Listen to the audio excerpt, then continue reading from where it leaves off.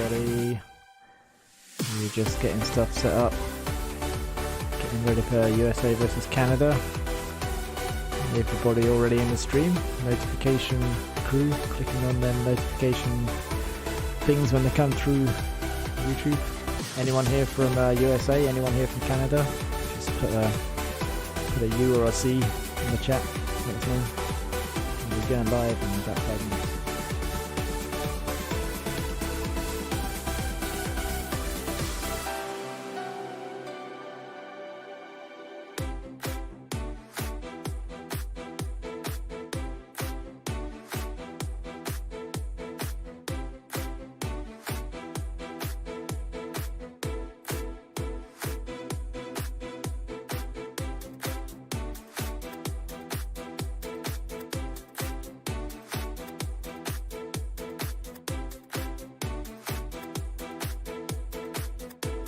Hello Jashan from India. Hey Sergeant Sarge. Sergeant Sarge says howdy y'all. He sounds pretty American. And iHacker 316 first of course.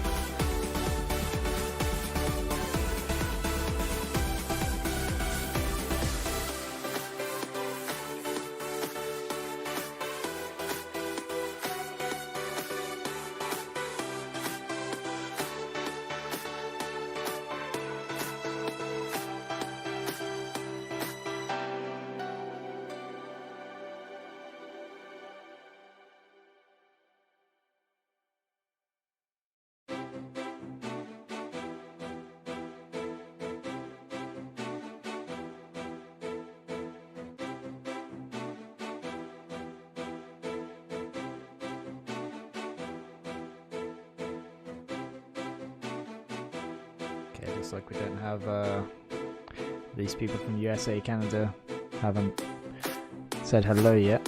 So anyone who will be supporting in this game? You guys got any preferences? USA or Canada?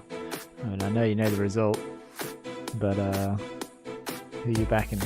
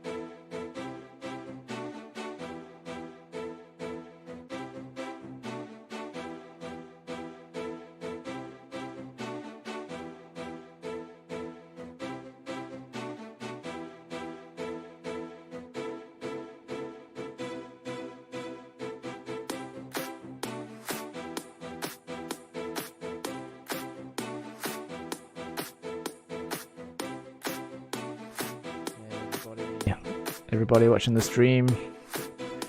We're about to get kicking off.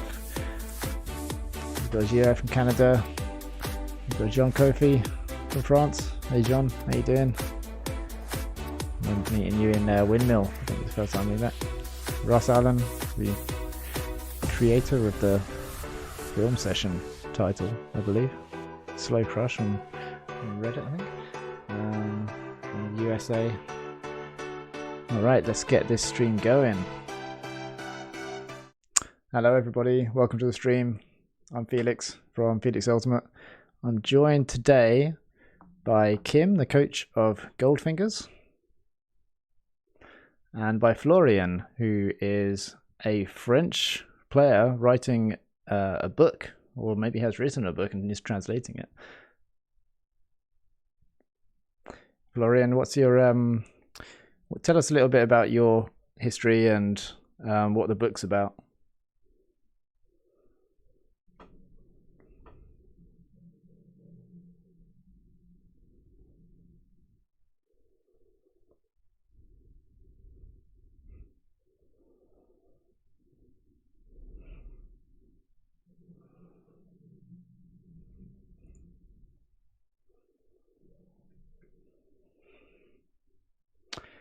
Excellent. I'm looking forward to that book a lot. I was mentioning...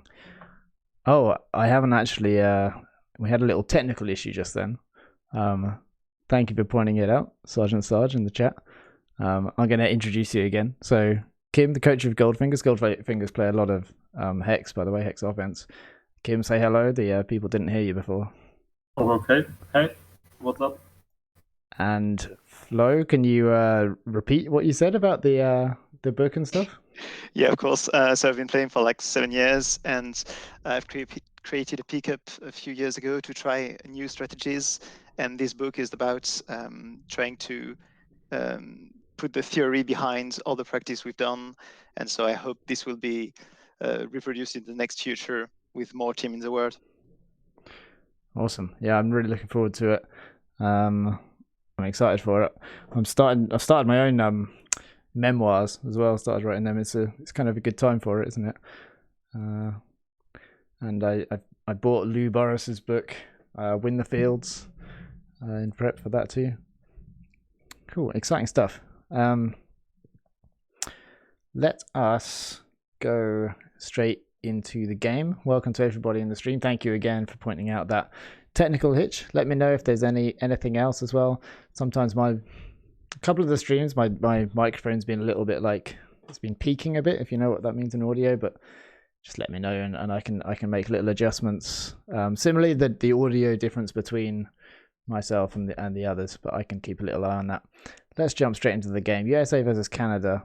This is the semi-final from the World Championships held in London. Germany in their quarterfinal to advance to this stage. Evan Lepler with Brian Jones, the Canadian roster led by Scott. Okay, so now what's our take on this game? Like, what are we looking for? The game plan, like the tactics. That's a good question. I like to just go through play by play and have a look at each individual thing. And then there's going to be some strategic angles as well.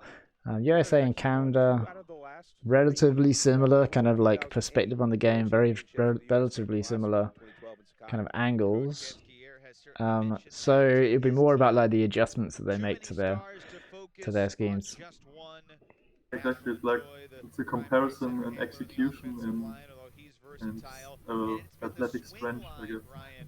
Not the offense or the defense, but yeah. Okay, didn't reach out with the pull. I got a slightly quieter keyboard, by the way, guys, so that you don't hear that clicking noise as much. Anyway, I'll move the camera. Right, so we got Canada, two players like clear over to the near side. Pass it back to the middle. Onto the near sideline. Flo stopped. Not you, Flo. Don't worry. I'm used to that. Oh, damn. Hand block straight off the bat. Yeah, I guess people are always making jokes about Flo liking Flo, right? Definitely, yeah. Damn. Captain's name is also Flo. It's Who's that? a common pun, I guess. Big. Kim, you cut out just at the beginning of what you said. Our captain's name is also Flo, and Ah. there's a common pun in every practice run. Like, we're not. Keep your eyes on Flo and everything. Well, Slow Crush says keep your eyes on number 2, Russell Wayne, USA defense. Cannot keep it alive after the flick cross field sailed on him. I missed that turnover. Straight turnover, yeah. Reading the He chat. overthrown the dump pass. Wow. Yeah, it's like he's thrown it out the other side of the field almost. That's like 40 yards. Bit of a shame because the Canada defender stumbled before, so I Yeah. think he was pressed to throw, and he overthrown it. Yeah. He realized there was a window to throw it, but It's got a big distance, isn't it? Like this kind of distance, errors will creep in at any level. And I think there is a little bit of wind that it hits as well. Well, not too much though. If you look, you got some flags in the background. They're just behind the screen now. I'm sure we'll talk more about flags in the rest of the stream. I'm looking forward to that actually. Talk about harnessing emotion.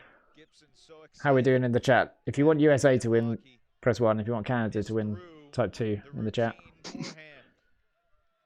See what everyone's the general opinion is. Is this the guy? Is this the guy with pants that we've been told to look at? Trousers for people in the UK. I hope everyone's wearing pants. Launches the flick upfield. Wow, kind of an epic looking bid. Defender takes an interesting line here. You can see the defender moves across, almost predicting it's going to be a little bit higher and drift over to that side.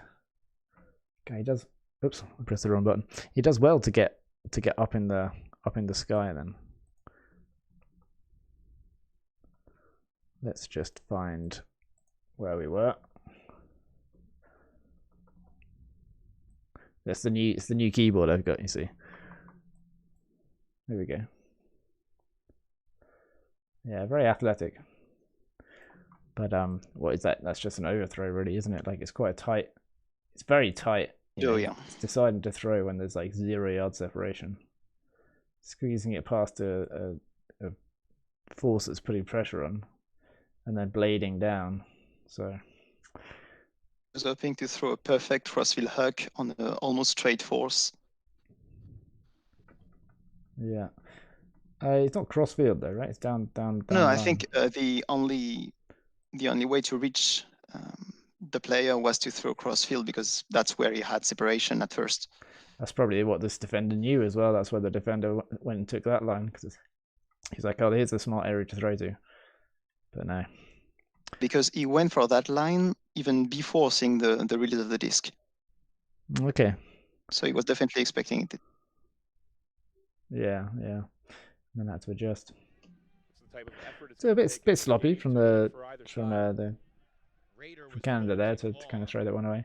Got trade to the disc and semi-final against USA. But that said, game strategy wise, it's quite good to be a bit more dangerous at the beginning, especially for long shots, because that forces then the defense to respect your deep cuts and your scoring cuts. Opens up the end Frank again. Proud with triple threat here. Yeah, you're right. The long shot will always be an option, and throwing it first, even if it means a few turnaways, means that the defense will always have to acknowledge your ability to throw long. Yeah, and then that makes the rest of the game easier as soon as they respect that. It's a similar kind of awkward dump pass, same kind of direction, quite long, a lot of pressure from the D. And is it a stall out called, or is it a travel? Let's okay, it's declined, whatever it is, so we won't go through it. Gibson, the former college champ The defender there is Florida, and Trent former USA Dillon. Ultimate Club champ. And there's Hey, Free Brian Child Jones in the chat. connecting How are we with doing, Win, Brian? and USA If you guys haven't believes checked he it was out, me in, and Brian he did was. That is 2 the streams last week covering the 2018 final. I put up some clips from that yesterday, actually. So if you haven't seen them, check them out. Good to have you back, Brian. Let's see, we got USA, Dylan getting it up the line. Where does this defender come from? It's unexpected. Look, he runs out from over here. And then this guy needs to then book it over to here. Yeah, fair enough. And then another person's free. So how come that guy got free front corner of the end zone? I mean, yeah, okay, break side. It's all break side. And the defender doesn't adjust for the disc swinging over. Because there's a point, isn't there, when the disc is on the break side where you actually then want to stand more on the break side to stop the short one to the front corner. And then if they're going to score, it's going to be like a crossfield, longer pass. But I'm used to Dylan. Then I don't think he's got the urgency here because, you know, there's another, the corners are a little bit clogged. But yeah, there's enough separation so the USA player can tow it in.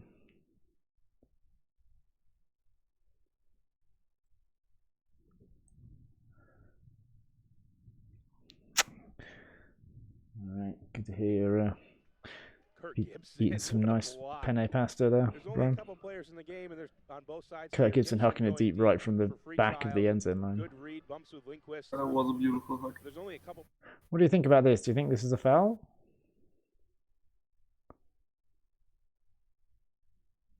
We'll just judge it from this angle. Players in the game and on both sides here. Gibson going deep. So if you think, and good read. we had some 2s in the chat. That means there's support for Canada. If you think this is a foul, then put 2 in the chat. If you think it's totally legit and no foul committed by the player, put 1 in the chat. Gibson going deep for free child and good read. Bumps with Lindquist. 1 for no foul, 2 for foul. Players in the Watch game it one more time. on both sides here. Gibson going deep for free child and good read. Bumps with Lindquist. Oh, we've got a couple of 2s. We've got 3 2s, 1 4 2s. Honestly, can't decide.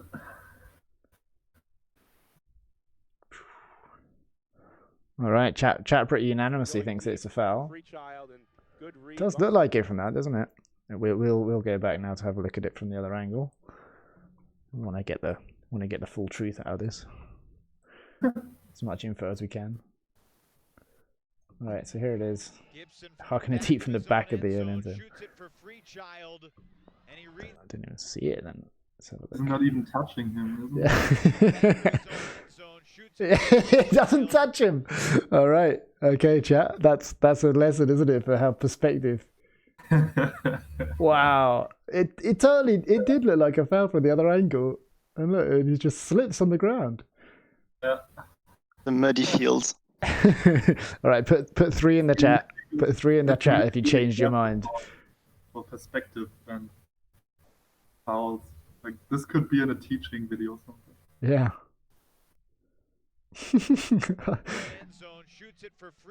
Because he stumbles over just as Dylan like lifts his arm. So from the other angle. Well, it looked really suspicious from the other angle. Yeah. He comes in, gives him the shoulder. Yeah, lots of people saying 3 in the chat because they changed their mind. There's only a couple players in the game that can really get those type of blocks. Foul on the tournament director Both of them actually are for letting it rain. Yeah, true that. It's a crazy tournament. There was loads of rounds where they had to be dropped because of rain flooded pitches. There were ducks found on fields. Yeah. Could be a telekinetic foul. Yeah. Maybe he used the force. And Stubbs. Underhill with a disc. Hits Carroll crossing the field. Launching long. Harris is there. Just pretty straightforward. Yeah. But you know, nothing's ever that straightforward. So he passes into the middle. It's almost like a split stack. Late horizontal, perhaps. Yeah, it could just be horizontal. Split stack could be, yeah. Same third huck. I know some people have got against that, but I think it's fine. He just allows him a bit of separation here, really. He's got long legs, hasn't he? That's probably it. And then he times his cut well. Yeah, so as soon as this guy looks up, then they get eye contact first. And then he's like, boom, here I go over here. That's the acceleration, just straight to that. So in he's got some separation. And it has to be quite an accurate throw, but not massively accurate. Defender's got a bit of a bid on it. Maybe the defender has misread it slightly. Because he had a good position. Yeah, he almost took too close of a line to it. It's still quite close now. Let's see whether it's a foul from this angle. It's a nice easy throw, and Cam Harris has been eating it all up throughout the week. I don't like having that much angle on a throw, you know. If you can avoid it at all. You can see it seems to bobble in the wind a little bit as well. Maybe yeah, they lifted it up slightly 2 times, and I think like really short time before the defender got up for it. So is it? John Cope asked what you win. Peter Casey said it was a no foul right at the beginning. And oh, I know, yeah, John said it was. John said it was no call, no foul. Well, no call, no foul. That's a different thing, isn't it? Really, I don't agree with that. Really, I think a foul can happen, but it just isn't called. It doesn't mean it's not a foul. Truth be told, John is one of the most spirited French guys, so I'm pretty sure he's joking. Okay. So here you see. I mean, this is clearly like an offside, right? Like pointing out. Is this gamesmanship? Do you think 1-1? But none of the US players actually give the right signal. Yeah. They're like, they put their hands up. One guy claps, which means he's going to brick it. And then 2 or 3 of them just put both their hands up. But this is the symbol, right? It's like... Yeah, it's the X above here. Up above the head, yeah. Spirit foul on the US, Casey says.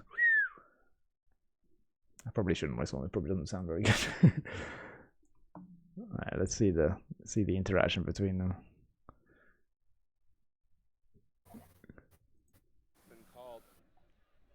Ross says the US are all terrible at hand signals. Hand signals are like a pretty new thing, really. Like at least my perspective. They've only been around for like a few years, so people are still getting the hang of them. And I guess in the US, there's more games that are kind of done by observers. So, but then the observers do the signals as well, so maybe I balance that out. Hello, Luke.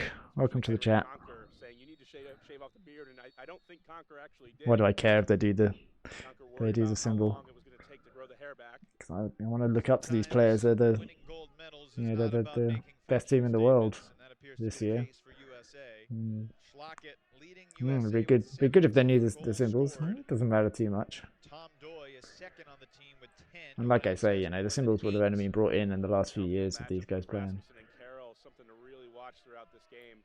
So it doesn't matter too much, but it'd be nice. This isn't Nam. Thanks, Jason. Not played at the highest level through his college career, Wheaton College in Illinois. It was really the early days of the it's nice it's reached in the middle. Bit stop-start or bit of a high disc. And there's a strip called there.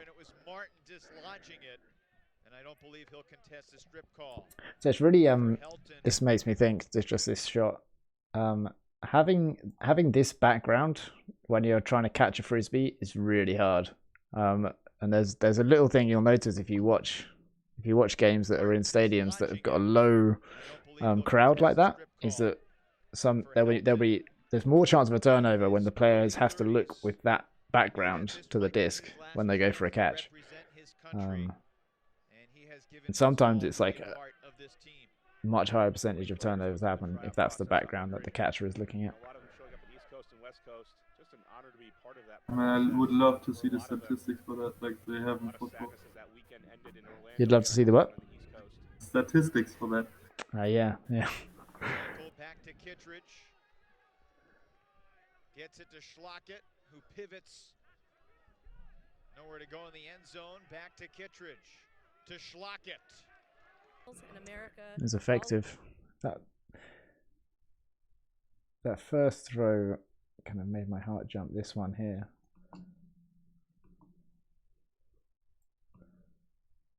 Play. To Kittredge. There we go. Yeah. It's like a short one. Schlockett's so effective. Back to Kittredge. To Schlockett. Like he just sees the space and just doesn't hesitate. Like he scores so many points. He's just like, yep, there's the space, and then I'm just gonna go into it, you know. Makes it look easy. But then he makes it look easy against, you know, Canada, he makes it look easy against Japan.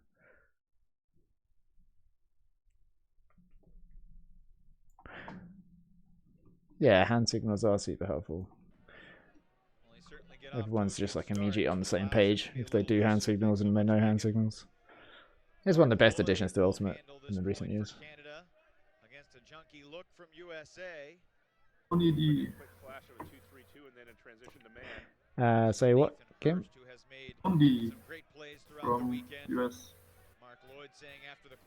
What from US? Like they had a conversion defense here from zone to person. Ah, okay, yeah, like a junk. Lloyd airs it out. Somehow Tejpar became all How is Tejpar so free?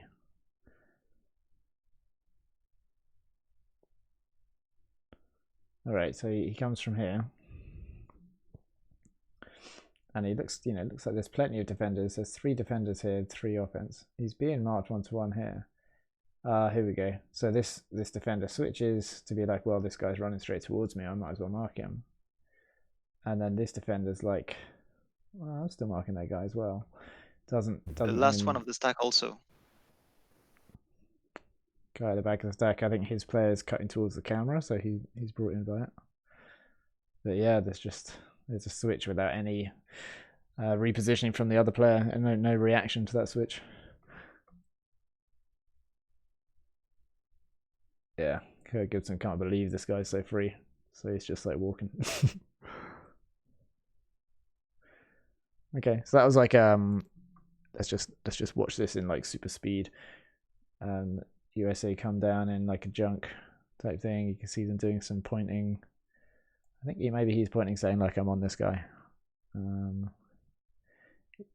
Yeah, it's kind of junky, but it looks like maybe it's transitioned. There's a bit more pointing over here. You're just pointing at the free guy and shouting. That's not a bad thing to do. Yeah, so then he switches onto him here. And then there's another switch. And then of course he switches again.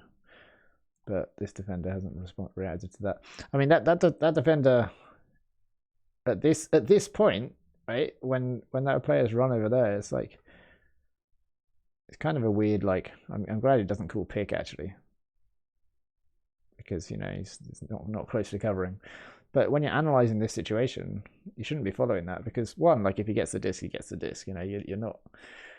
He's got enough separation that's not going to happen. But two, then, you know, he's running towards your teammate here. So, I mean, it all happens very, very fast, and you know he's probably still thinking about whether he should have called pick. It's number 6 Raider. Yeah, I think number 6 is Raider, Jesse. Greg Ellis. Switch somewhere in there. So take a look. If you have such a poachy defense, like with a lot of switching, could you just think about first, like, defending your own zone, and in the second term, okay, I need to defend someone, like following kind of principle, kind of rule set, saying, okay, I can't defend him now properly, I have to watch firstly who could score now, and then try to reassemble again. Yeah, exactly. Go on. Sorry, Felix, go ahead. No, you go on. Okay, the thing is, I think we have something that should be almost always down. Is the main threat is always the score, and so what we are advocating for is something like a triple defense in 3 different lines. The first one being the force, the second one is all the intermediary defenders in the space, and the last one is the deep space. The deep space is the first line to always have in check, because otherwise, well, that's a free score, as we can just see here. And so, yeah, I agree, especially in these types of, I don't like the word junk defense because it implies that everything not standard is bad, but in this type of poachy defenses, the deep is fundamental. So I completely agree there. Well said. I agree as well. I think it's good to, just on a very basic level, prioritize the end zone first. You know, like work back to forwards. But then, you know, everything in defense is a gamble one way or another. So it's true. Yeah, a perfect offense is hard to stop. I mean, we're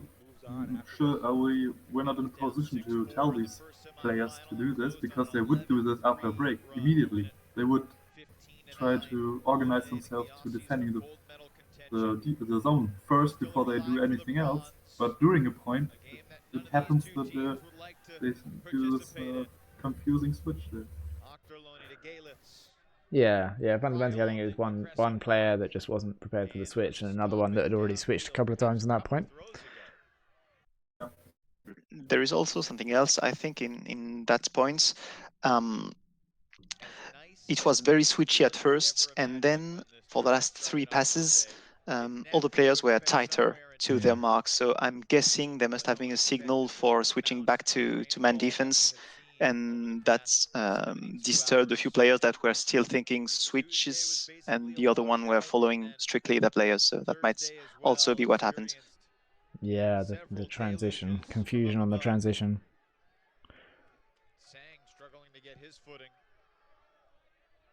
On the mark. So actually, sometimes can help defense because the offense is confused too, but not this time apparently.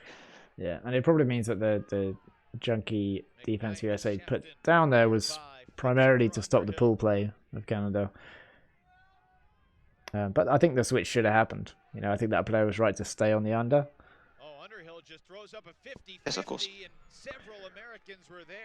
Right, that's clearly stall 9. I just want to quickly have a look at that. It's quite cool to see all the players like suddenly swarming in. Really good defense at the front of the end zone here, because it looks like this guy's going to, you know, should be scoring 16 here. You know, but he does well.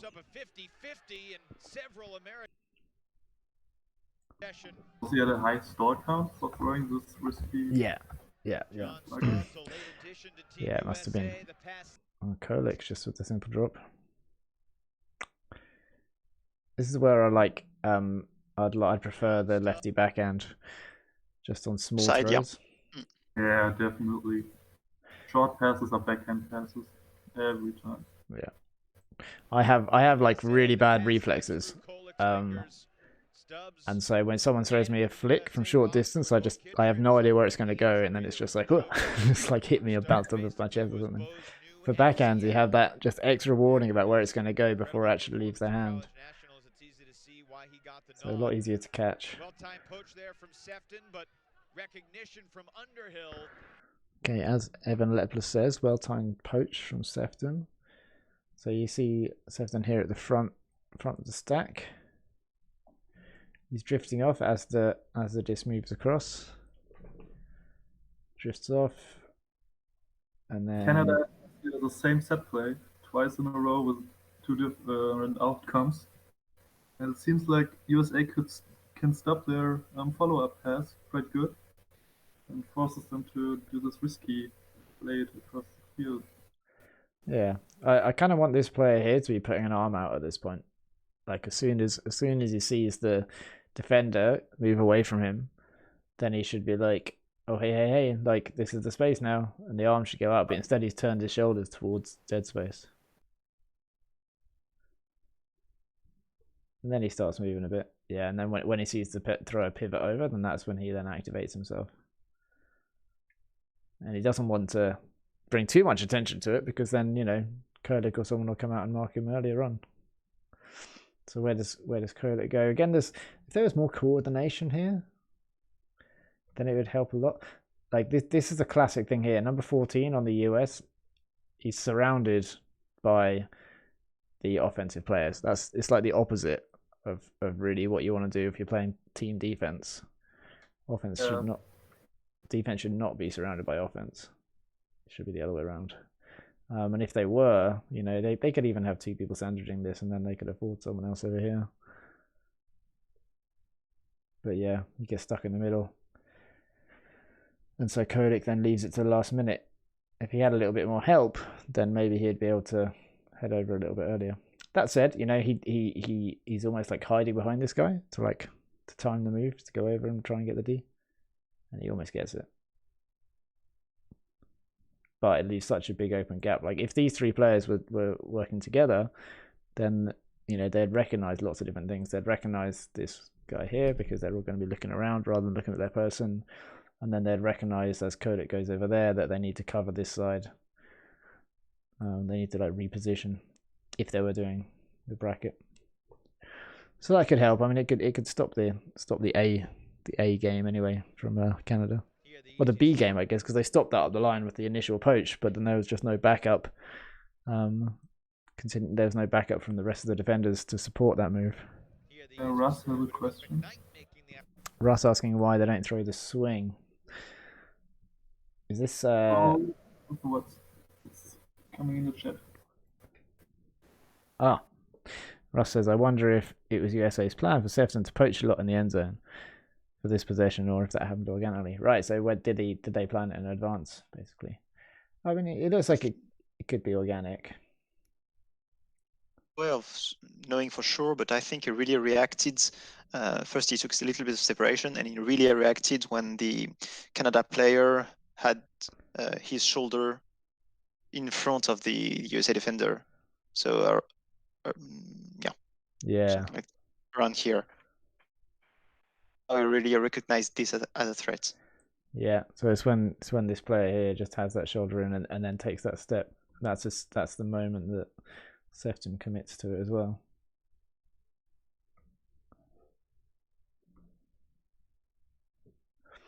There's an argument that says that this player, as soon as he recognizes he's got help, should go somewhere else and find someone else. Because otherwise it's basically double coverage.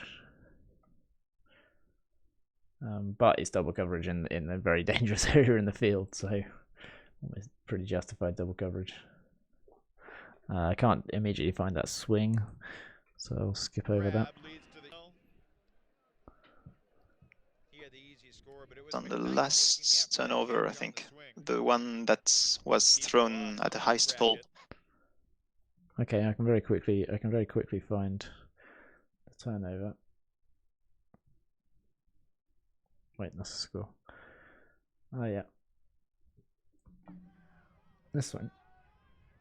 Almost the same position. Yeah, I mean it's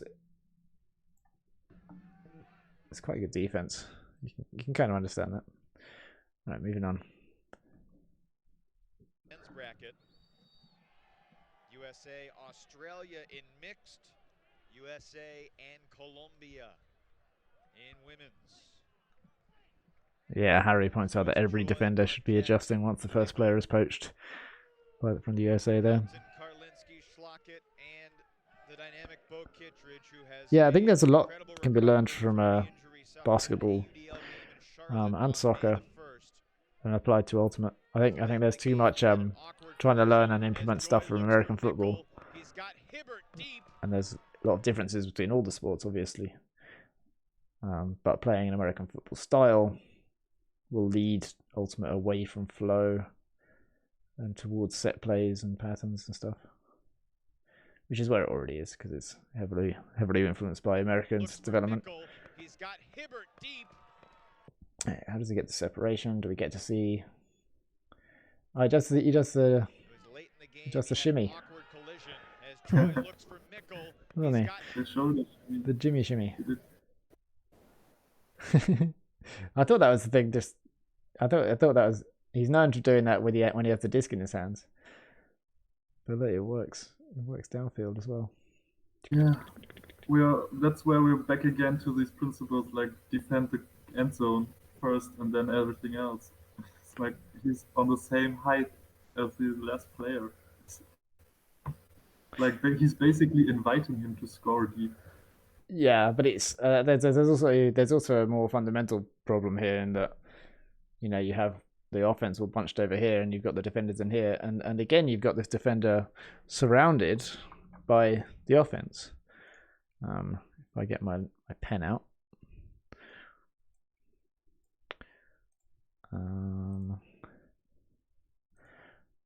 Yeah, so this defender here, he's actually got all the other players on offense around him, right? So he's not like he's not covering anything really. With this kind of setup of offense and obviously one over here, when you're defending like this against it, then you permit Jimmy Mickle all this space basically. Well, I see and understand your point, but couldn't you argue that these three white players here in the front from Canada are like trying to sandwich the three US players close to the sideline, while the rest is one-on-one of Canada?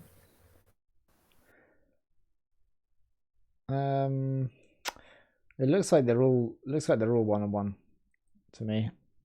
Yeah. You know, I think maybe their positioning might hint that they're doing a bit of that, or maybe one of the players are thinking about it. But they're clearly all very attached to their marks there.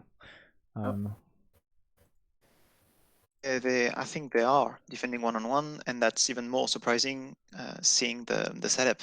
If you are doing a side stack, you are basically telling the defense, well, I'm already sandwiched by the sideline, so why defending so strictly from that side? I don't really get it. And I think, again, the deep option was, especially when you have someone like Nathan White taking off, you really need to defend that throw even more than Goose Hilton, or well, they're all strong, but I mean, the threats are easy to recognize in that type of situation, and so yes, I think more cooperation on defense is key when defending set plays. Yeah, you could like if this player was a little bit tighter in there, then something you can do to neutralize the side stack is to have, you know, one player guarding anyone coming deep off that stack, and then two, and then three like this, and that would be against 4 offensive players in here, and then you can afford to, the defender on Jimmy can be underneath, because then you can have a deep poach. And then what has to happen is then these 4 players are being marked by 3, so then the onus is on them to split, you know. But that's obviously That's true, and it's creating a lot of chaos. When you're doing a 3 against 4 situation, you are not sure at all that someone's going to be clearly free within a reachable timing and so on. You are making it on asking for the offense to prove how they are going to attack this situation, and that needs a lot of pattern recognition and quick reactions, which is way harder to do than a pure set play. Yeah, and all that's going on right now is then it's just like, okay, 1 versus 1, can offense beat defense? And the answer to that should almost always be yes, basically. So not a favorable situation for the defense.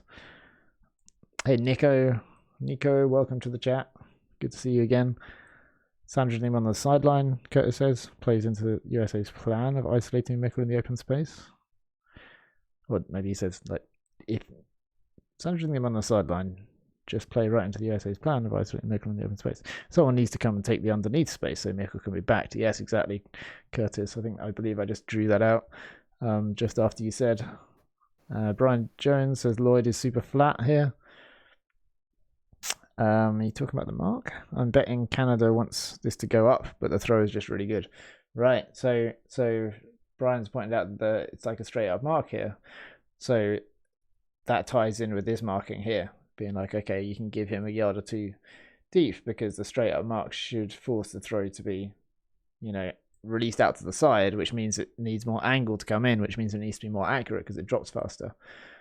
But it's a very, very accurate throw, dropping straight into the breadbasket of Jimmy Mickle.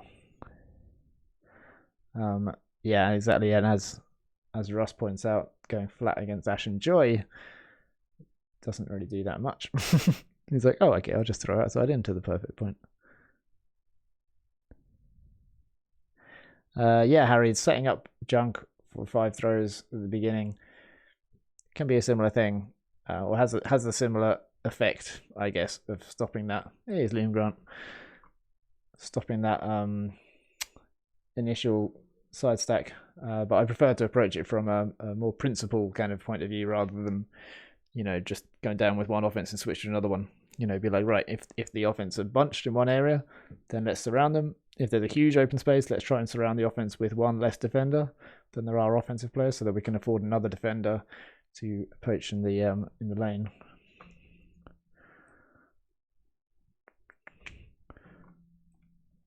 Okay, so here we've got USA coming down on D.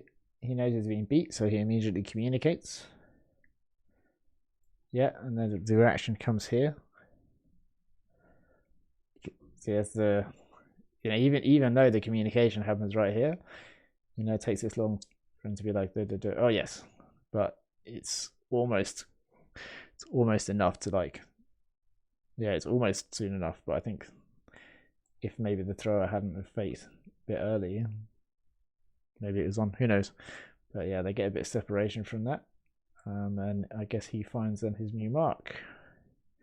Yeah, which is he's been drawn perfectly towards him. It's hard to say because he just put so much into it. USA switching and matching up down the field. We got Brian Jones on the commentary as well, I believe. I think I just heard his voice, as well as in the YouTube chat. What an age we live in. You'd rather have Lloyd Hairmore guarding against the flick. Yeah, because the flick is like the quickest throw to release, right? So if you're going straight up, you should shade onto that flick side initially.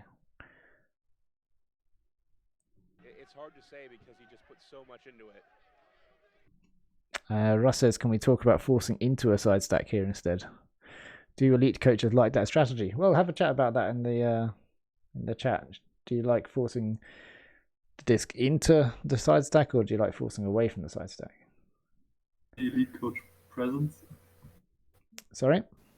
Elite coaches present. Yeah. You got the most elite coach in the world in the chat. Yep. Yeah, Brian is here. Cool. Farrell on McKnight, ahead for Massac Kelly. This Raider Massac Kelly matchup, one to keep an eye on. Could say the same about Freechild and Lindquist. That Raider running toward that front cone, the same end zone where he had one of the most spectacular plays of the tournament. The layout, Callahan against Japan, the other. It's kind of an awkward catch, this, for the score. There's a little bit of argy-bargy. Let's have a look at the argy-bargy over here with 16. Could say the same about Freechild and Lindquist. That Raider running toward pretty that light. front cone, the same end zone where he had one of the most spectacular plays of the tournament. The layout, Callahan. Yeah, is that Trenton? Just a little bit slow off the mark, I guess. Where's Mr. Trent here? God's over on this side. It's like there's like almost a sandwich. Look, they almost sandwich. I think there's like a moment where it looks like they're sandwiching, like there, like when this number 2 like moves away. If they were sandwiching, then it'd be fine, right? you know, 2 would be able to stop this cut. And you can see he's tempted. He's like having a look, but then he just can't leave that guy. And you got another one having a look at the back here. But in the end, it's just simple, you know. It's just a simple throw to the open side as well. So again, I think a bit of bracketing in the end zone could have helped there. And it's a bit awkward. Like normally, it's better to get your right hand behind that one rather than like on top. So the right hand like behind it, so that if the disc goes through your hands, it hits your wrist basically.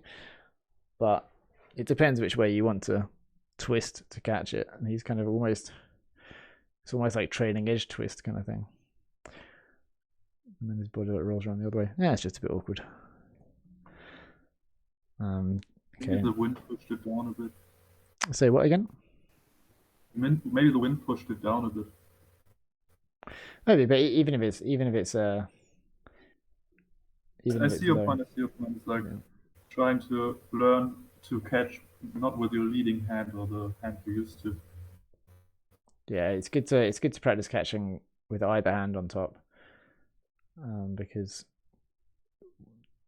it's like putting one hand on top over the other depends on the situation for what's the most appropriate catch to make.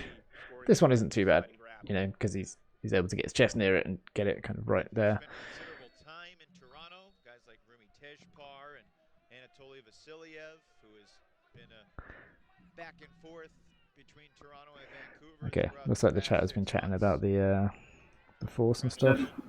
How to defend against the side stack. Yeah. What's the summary of that flow?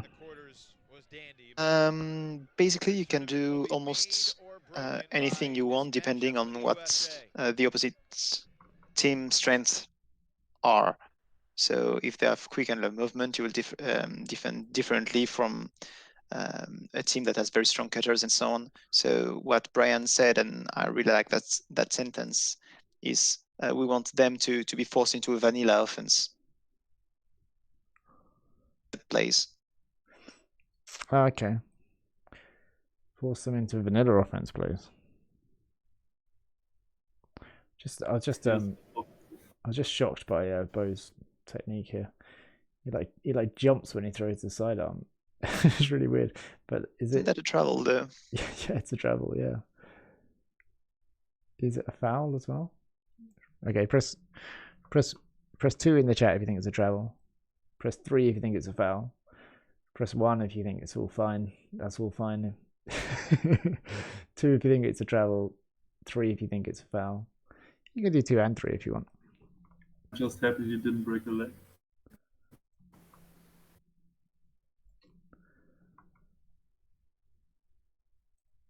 Signal from Rubenberg on the sideline. Confirming the travel. Presumably Bo will accept it. He's been noted. Yeah, that's like the chat agrees it was a travel. It wasn't even a foot drag, it was a weird lift up the pivot foot and then jump. Kittredge bolting up the line. He had Lloyd chasing him, and Joy went with a swing for Karlinski. This section of the field, especially in the middle. So if you're if you find your stream is a little bit behind, then click on the live button at the bottom, or maybe refresh the page, and then it should get up to like 3 seconds behind, basically, when I talk. That's the delay that I found. Maybe even less than 3 seconds. Andrew Carroll's done a great job on Rasmussen so far, denying Cassidy a single touch. Yeah, chat agrees it was trouble. Jimmy Mickle, former college champ with Mama Bird, former club champ yeah, so with Denver worked it Johnny up to the end zone with a lot of patience. Hitting those corners, Marquette yeah, breaks just the to... mark, and Helton stays in the end zone, but it might have... If there was some kind of call. Olympic.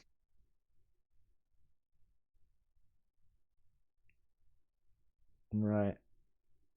I mean, there's a lot of separation to get.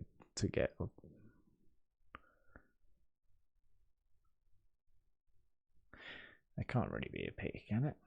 There definitely was something bothering him at the end. But as always, a pick is often the call you make when you make a poor defensive choice. Yeah. Right, okay, it's a sketchy pick. Charles Allen with the multiple twos for the travel, because yeah, he does travel twice, I believe. Yeah, Charles, you probably need to refresh to get the stream right back up to the moment. Although he's probably hearing me say that the first time now.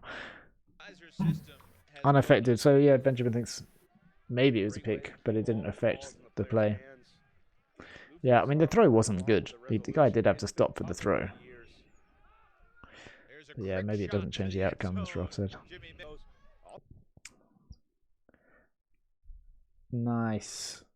Nice. Scoopers win games. Don't ask my team about that. They hate my scoopers. It's nice. See Mikkel's cut as well. It's like borderline foul as well. Let's just say, you know, if you think this is a foul, then put a 2 in the chat. If you think this is not a foul by Mikkel, then put a 1. So yeah, what would I say? When he gets close to him, Canada guy's got his arm out. Yeah, I don't like if there was a trailing arm on these frames from Mikkel, then it would suggest that he had like held him off. But it actually looks like he just got close and then just bent his knees and ran the other way. Yeah, that's what chat agrees. Chat agrees. Sylvester, Barry, thanks for contributing. Yeah. No foul. That's as clean as it gets. Yeah. He's a handler, but he's in a cutter's body. He's incredibly fast. You just don't see him downfield. But with the length that he has and the height, he's able to. Right, unanimous voting in the chat as well. Good to see. Just keeping you on your toes.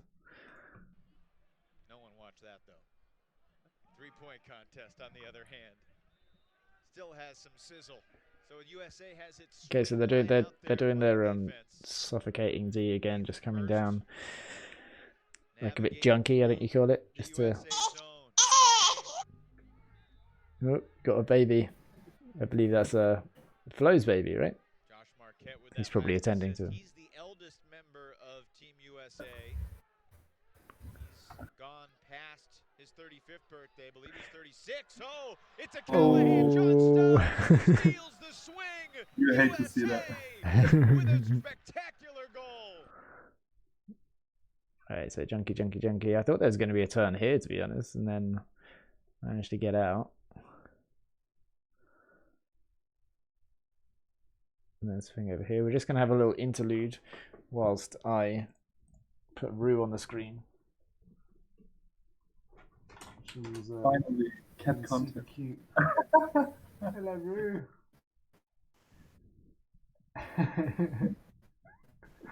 Rolling around on my desk. Okay. Oh. Okay. Alright, interlude over. We'll see more from Rue later on. I know that's what you guys will watch the stream for, so can't deny it. You'll need that second face cam for Rue. Yes, I do. I'm starting a Patreon to raise funds to buy another webcam that I can have one pointed at Rue the entire stream. Fund me, Rue. Yeah. In the Ulti World, they send it back. They've got, you know, players from each team in either corner, but for this one, it'll just be me and then Rue in the other corner.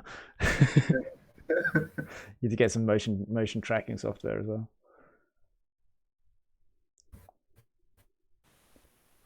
All right, so this is the defender to watch over here. Yeah, I mean it's you have to blame the offense there, really. Like, not like he's teasing his teammates into this throw, being like, yeah, whilst at the same time he's like drifting away. You know, just that angle is horrible, and it opens up a window for the defender to come through.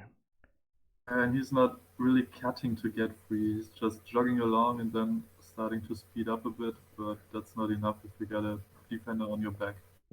Yeah. That's got to be ringing warning bells when you're just running at the same speed and it's not sprinting for so long. When it comes in, takes it away. So Brian Jones was on the commentary with Evan Lepler in this one. I believe I was camera 2. I think this is my first time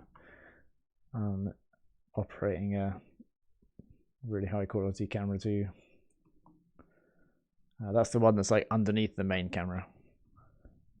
The cut is too early, Brian says.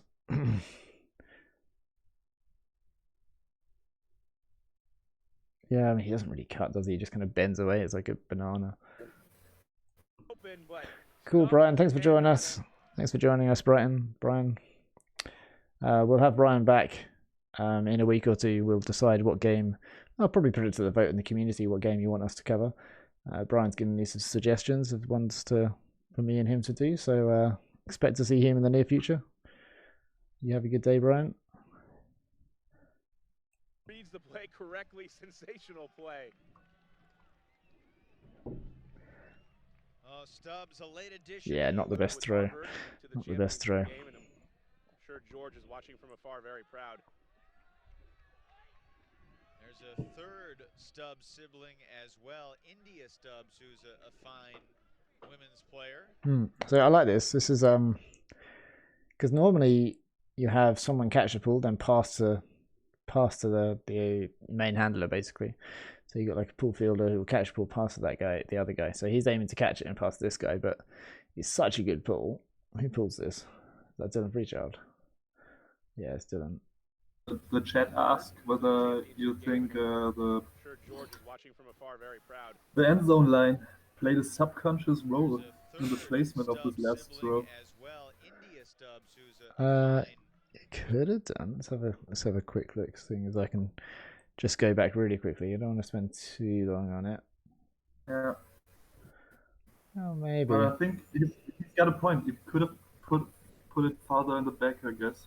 Just to be extra safe, but So I like the decision of this player to walk over. Yeah, instead of like having to pick the disc up as the defenders all arrive. So the defenders are all in perfect position now, and he hasn't had time to survey the field. He has to look away and look down at the disc. And instead of that, he's just like, no, that's not going to work out well. Here, you come. Now this is only legit if the other player is walking to the disc. No, that's not true. That's not a turnover. So he's like, okay, this is all right. They've got the advantage here, right? Someone else come, because now the defense are all set, but at least he has time to look around, which he doesn't use. But then here we go. He sees this guy here. And Dylan's like, hey, what about this guy? Like, is anyone going to mark this guy here right in front of the disc? And good technique here, picking up, throwing and running. Yeah, that's really good technique. Little things I like to look at. And then he's close enough to get the disc back, and then that happens. Right. 2 in the chat if you think this is a foul. Here's the USA player fouling the Canadian here. 2 if you think it is a foul. 1 if you think this is all fair game. So what would be the argument that it's not a foul? They're both going into the space at the same time. The argument that it is a foul is that the US player initiates contact, I guess. Those are the 2 arguments. Chat massively says 2, so chat massively thinks that is a foul. Yeah, I think so as well. Like, I mean, it's not like dangerous, but you can't just be coming in and initiating contact like that. You know, it's not like you're in that space first. What do you think, Flo? Yeah, I'm not muted anymore. Yeah, I definitely think it is a foul. Yeah. There is no other reason to do that except from not letting him having the disc. And I agree with the borderline dirty from Barry. Strong words from the chat. Might be a little bit of a trap. yeah. Just a 3-3-1. one instead, and this is the way that Raider You got always Callahan, you it's already absolutely have offense trapped in sort of a cage. So of course you don't want them to go out of it, but there is no need for contact here. I think maybe there is a need for a double team, but that's another discussion. Not allowing the stall to get Well, the too two far. offense players were so close to the disc, it'd be hard to double team. It's only when the disc is isolated, I think you can double team. But when there's another offense player there within 3 yards, 3 meters. so tough to play. I agree. So maybe you can actually put more pressure on the disc holder there. And the other thing is, I don't think the Canada player can see the USA player coming. So it's only the USA player that is initiating contact and knowingly. Yeah, true. And I think if he'd got the disc back in that position, it would have been quite good for them as well, because he's got all the momentum going forward. Up to the point of this turn, there was really good flow from the Canadian offense, and Jason Thompson pointed out in the chat that there was one well-connected triangle to get all those yards. Right. Let's have a look back. Have a look at these triangles. We don't want to meet triangles, do we? Exactly. Yeah, there is nice flow.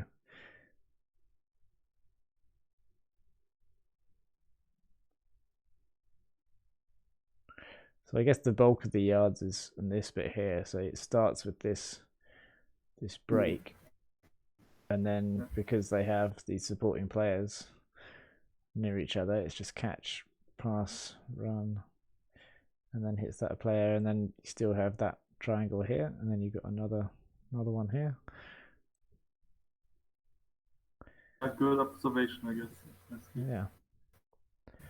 Yeah, and then it's just all the interconnected players. This player's going this way, and he's going to get the disc back rather than just like clearing out. There is something else going on here, but that's more for the defense, I guess. When you have less defender in front of the disc rather than behind, I think it should trigger a reaction from the defense just to go all out for their end zone. Just to cover it. You cannot let the offense having a material advantage. So by material, I mean more people, just chess player talk, sorry, near your own end zone. So I think around here, all the players should not even running towards the disc or whoever, just run straight to the end zone, create a new barrage there, new blockade over there. Yeah, makes sense. It's like emergency defending. Exactly. It's like if the question to the one-on-one end zone players, the offense wins, yes. The answer to two offense player, the win is definitely. Okay. That was a really good D. I think there's another. We're going to get a good replay of that D. I don't have anything to say. That's just incredible. Gibson He just launches. lashes it deep. Trent Dillon didn't even have to leave his feet. Lindquist. Timeout. Let's just have a look at Gibson's technique. I mean, there's like a tiny travel, but I wouldn't call this a travel. Like I don't think this should be called as a travel.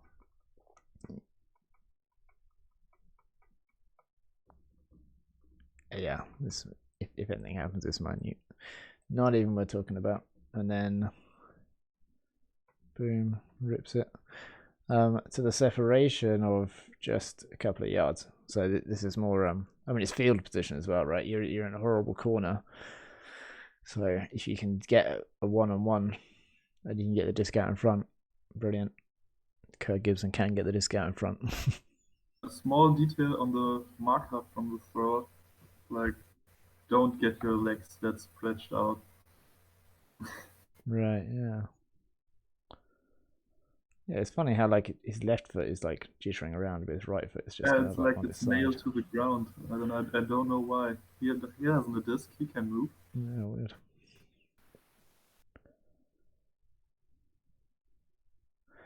Bit of discussion about the what the stall is on, probably. The stall could be quite high, really. Like, it could be like 4 or something, 5. Nice D. Plays like this are good evidence to perhaps your argument. God, he's so good, isn't he, Kim Gibson? Just putting the pressure on, reading that throw at that moment, so that he can take 4 steps and go up at that height. Just fantastic. Did I say Scubas wins game? Stand corrected. Let's listen to this. Physical specimen that can change the way the game is played. But all around wise, Kurt Gibson makes these creative plays, as we can take a look here in the huddle for the U.S. Do a breakout. Yeah, I'm going to go break side. If I don't get it, I'm clear back Raiders. I'm going to come back to you. For Raider. Okay, you're 3. Russell, you're in the back, and you're going early. Wide to push the stack. What's the car? So on me. Hey, I am back corner hammer bail. Hey, if they're not giving me the upline, just throw it back. I'm not going to have much time for you to go. If they're man, I'm just going to clear up line. Okay, cool. Ready to go. Hey, score on 3. 1, 2, 3, score. Push that stack. You're in the middle, right? Yeah. Right, you heard it. If they're marking man, then Dylan's just going up the line. That's what he said. It's quite interesting to... Not Trent Dillon, Dylan Preachild. It's quite, yeah, he's going to go up the line if it's one man, so he should be going up the line now. They did say something else before that. It's quite interesting to hear the language they use and everything. There we go. And he breaks the mark with ease. So I think Dylan was starting to make a move like it was going to go up the line, but it didn't need to just step out and throw. Again, marker mistake, like spreading his feet so much wide across. Oh, it's... I've done like an experiment once where like you have your feet closer together than you think on the force than you think they should be. Just have your feet like pretty close together, and it actually really helps, because then you can like push out rather than like having to step in and then out, you know. So close together feet on the force it's got some potential. It's worth looking at. Yeah, leaning, not shifting feet. Patrick goes back to the foul discussion. Agrees it was not a foul, but wouldn't say it was a dirty play. Yeah, I mean, he's not trying to hurt him, but it did seem like to be a little bit what's the word when something is deliberately breaking the rules in order to stop your opposition having an advantage. Just able to get up and have the length to get above Lindquist, and from there then deliver a falling down. I forget the word. Bumping him. Cynical, a little bit cynical. A picture perfect huck to Trent.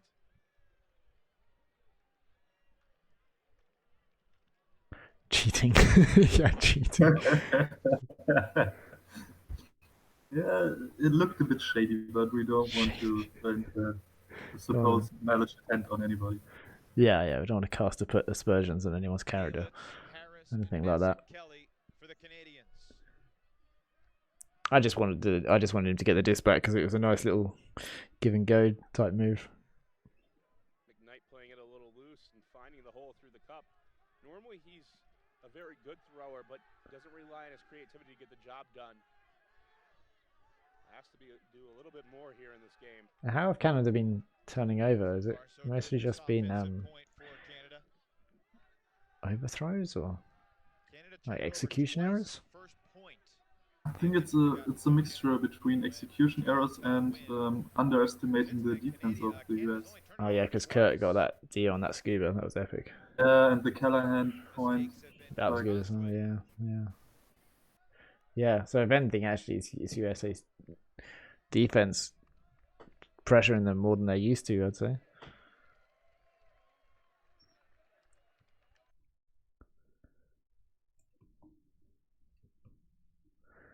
For some reason, maybe the spacebar is a bit dodgy on that side, on this new keyboard. Oh, there's an execution error, right? Yeah. Some execution errors, and a lot of times they weren't turnovers, but a lot of pressure dumps, which I think made them try to attempt more difficult throws over time. Yeah, like because they felt pressured for their resets. Like the crossfield ones.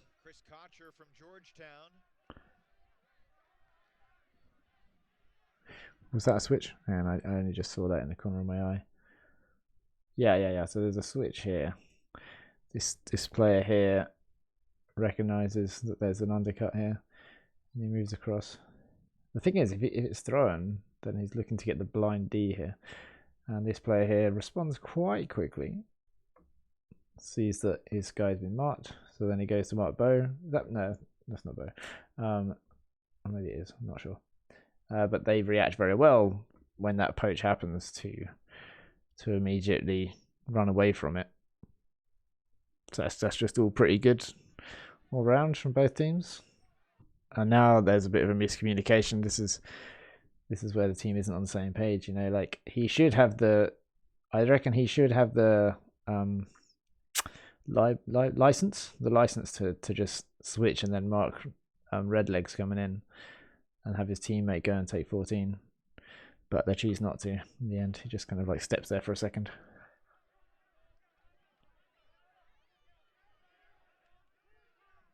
Fortunately, it didn't really affect the game, but yeah.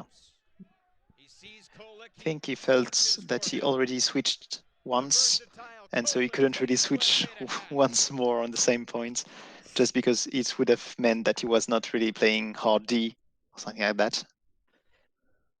Right. Okay, have a look at Kolik just here. He's the one that scores the point. See how he gets his separation. Stubbs. He sees Kolik, he launches for him. The versatile Kolik takes USA to half. Yeah, and that really only kind of worked because the disc changed position. So for this disc position, then like that's a threatening cut, and the deep cut would be harder to hit. But then now that the disc has then moved and the force is moving, you know, then it's much better position to throw that deep. They should like he's quite free with good timing. I would think that this defender should probably actually go and mark him, because this defender can definitely switch and take the under, right? They're looking towards that for ages. So imagine this player picking up this USA player here. It's very possible to do, but it just requires this player to actually drop off early to make it clear that that's what's going on. True, but even let's say he doesn't really recognize the under threats, and they go to defend the deep. Even that is less dangerous than just hoping for a miraculous execution mistake from the US. The fact is, undercuts will always be less threatening than deep cuts. So I see no reason why his teammates is still trusting him to defend the throw. He has no chance whatsoever to make a play on. Well, I think it's because I think. Yeah, I think he's going to. He's banking on being able to intercept the disc here. That's probably the case, yeah. But it's like you say, it's not likely. Maybe he makes the throw have to go a bit higher, but that makes it better if anything. Yeah, perfect. Not the same third huck. Yeah, and I don't think you can double cover every deep cut, but this one's got separation, so you should cover that. From quite a while ago. Yeah, I think he started around the brick points. So yeah, it was. Brick mark, yeah.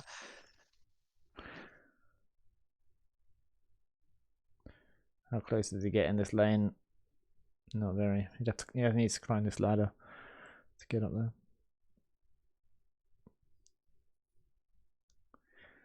Recognize anyone there? Like, there's a lot of these players that you see in the crowd shots are, you kind of recognize the faces. Normally see them a few times a year. Looking forward to us being able to come back. Spend these times in the crowds and at tournaments and stuff. It'd be good. Okay, second half. Canada nice and onside with this first ball. The deepest defender's feet are wrong-footed. That's why he didn't go and help. That's what Barry suggests. It's hard for them to make He's right there. He's right. He was wrong-footed. Yeah, he must have But been I'm not sure if wrong-footed for a it's due long to an time. hesitation or Canadians are playing defense in space, maybe a little bit of a junk to start things off. But finding a way to slow down this American offense is going to be a tough from task. Brickmark. There is 40% chance of scoring in one pass, I think. Something like that. Okay. That's a study made by Weiss in 2013. The heat maps, right? Yeah. And so from the Brickmark, it's around 40%. Chance of a score or a complete pass? Well, no, score. Score. It's very high. It's very high, which well, it should be interpreted differently. It means 40% of the score attempts works, of course, but you are not taking all of them because most of them are defended. But yeah, right. Okay. Shows how important the positional advantage, so being at the center of the field, is.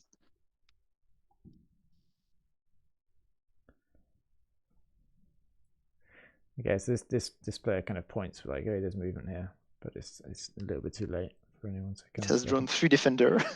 Yeah.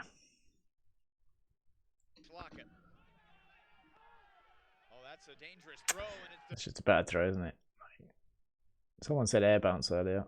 I don't know if this one's an air bounce necessarily, but I mean, it was hard anyway because it looks like the Canadian defender is like in perfect position for that.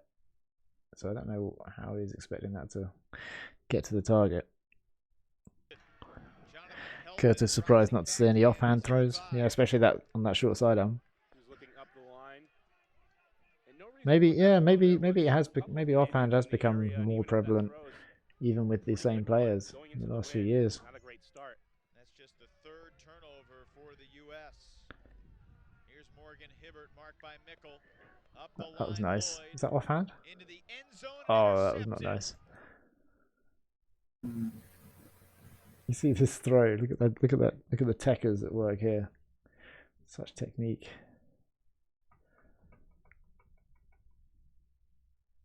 He lifts that left foot up. Not what you'd expect in the world semi-final, is it? That shows the importance of having a good core when throwing. Yeah. Up the line, Lloyd, into the end zone and intercept. So that could have been an offhand because his right foot's on the ground and he threw with his right hand. He only throws backhands with both hands because of wrist issues. Okay. There was a player in the UK, Doug Milne, Dougie, who I got the chance to play with for a few years, and he played in the World Championships once. He'd broken his wrist relatively recently, so he just did only backhands, but he didn't do lefty. He just faked the mark out so he could throw backhand on the sidearm side, or JCs as well. Needs a forehand anyway. Who needs a forehand? Yeah. Well, looks like Jimmy does.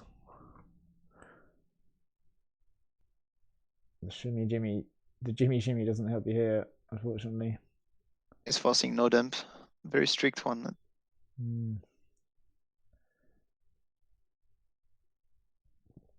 Yeah, just an execution. And some pressure from the defense.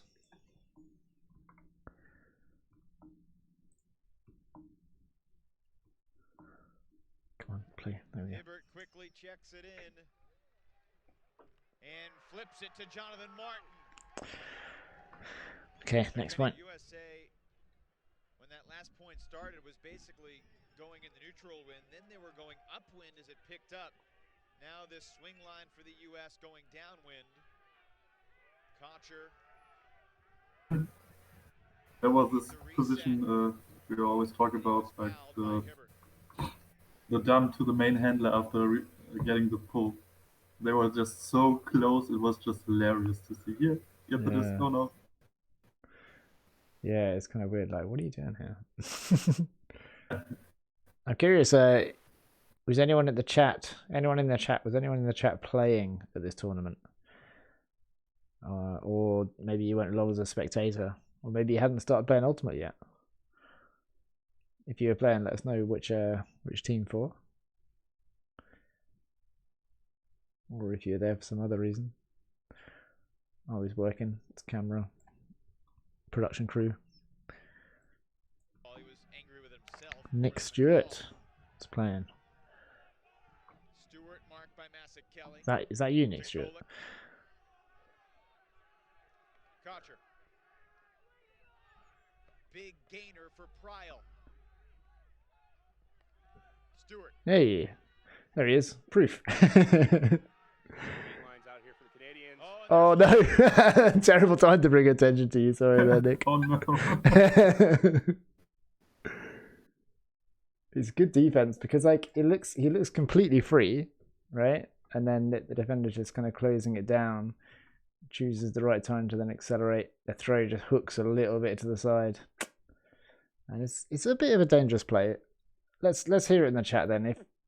If this is a dangerous play, put a 2 in the chat. 2 in the chat for dangerous play. 1 if you think it's legit. Put 1 in the chat if you think this is just a good D. 2 if you think that's not a good D and it's dangerous play. And probably black should keep the disc in that case. Nick Stewart, are you saying that? What's your 3? What's your 3 then, Nick? What does that mean? Is it? I got a feeling you might be criticising the throw. Travis, you're playing South Africa, right? Okay, we've replayed this enough times. So we got a spread. We got a couple of 3s, which what is so if it's not a dangerous play and not a good D, what does 3 mean? Both are moving to the same space. Something in between, not sure. Sorry? Maybe 3 is something in between or not sure or something like that. Both are moving to the same space, yeah.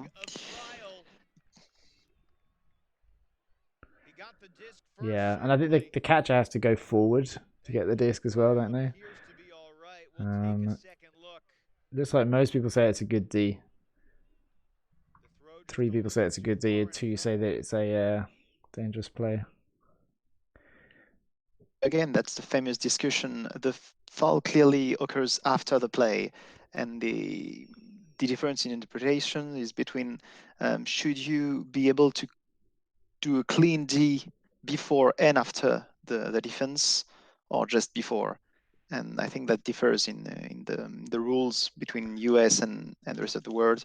So yeah, it's very subject to interpretation here. Yeah. The reason why this is like could be considered dangerous is this straight leg. Yeah, this straight leg coming down here.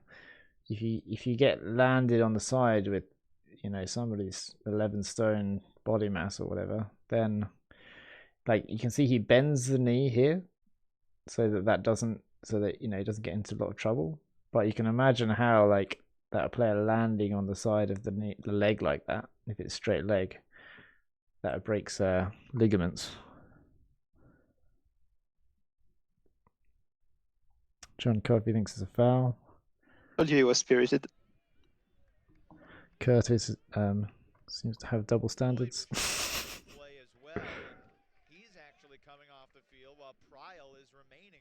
Not in a bad way, I suppose. In the ADL, it's very legal. In the USAUP 2020, it's still legal. Wurftuff is not. So I think Wurftuff is not. But I think it might also depend as whether that contact is considered to be dangerous. John Coffey doesn't want anyone to get hurt. Admirable position. Lloyd just looks to be a little shaken up, playing back-to-back D points, and now Cam Harris is going to come on the Yeah, so I think Jason says it in detail there. Like they both, when the disc is thrown, they both change direction to go get it, and they both go to the same point.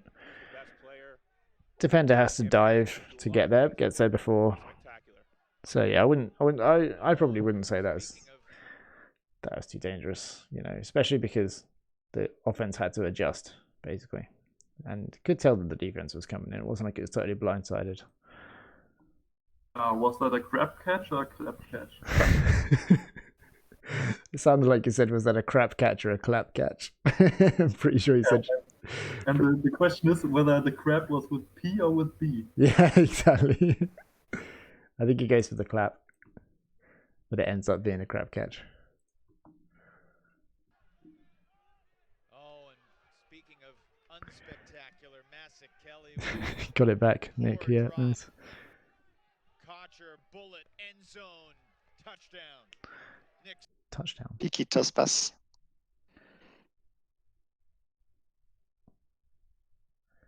Felix great with the disc. Why is this player on the floor? Oh, right, yeah, everyone's falling over because it's wet, right? Kelly with a poor drop. Down you go. Kocher, bullet, end zone. Ah, In the middle is pretty. That's a lovely cut, though. yeah.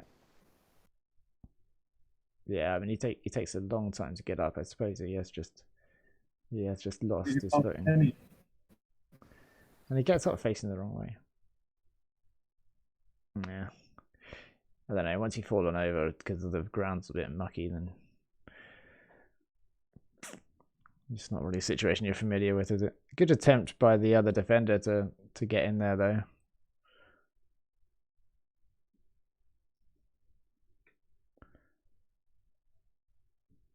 See these replays?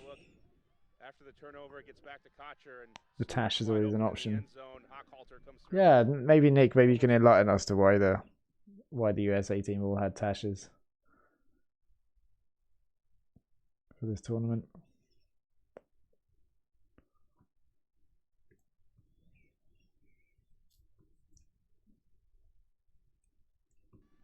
Freechild unleashes the pull. USA's defense with Rader, Farrell, White, Conker, Russell Wynn, and Kurt Gibson. And the pull sails out of bounds. We really haven't gotten a chance to touch on Gibson's story, which a lot of people in Ultimate know.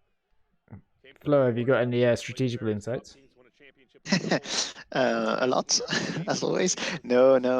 I think we are clearly seeing just, I would say, physical superiority from the US there, and so my take on it is that it's very tough to beat someone at their own game. And I'm not saying switching up zone defense, junk defense, or different types of set plays. It's more of a philosophical point of view. I think here we're just seeing the US being better than Canada, and they are playing the same game. So I wouldn't say for the US to stop doing that, but maybe it's time for other countries to look for different options, whether it's offense or defense. I think Canada has played a really great game, but just they are slightly outmatched, I think.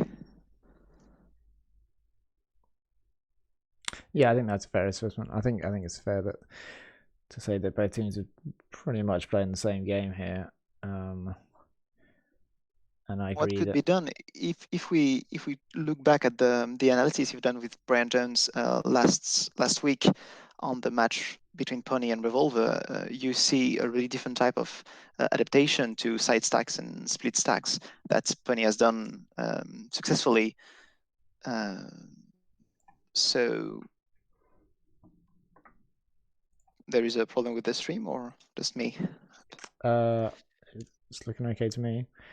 Okay, it was just me. So yeah, you really can do a lot of switching and more collaborative defense.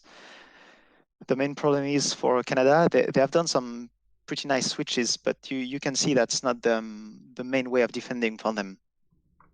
Yeah. What I'd like to say is that pure individual defense is not cooperative, it's codependent.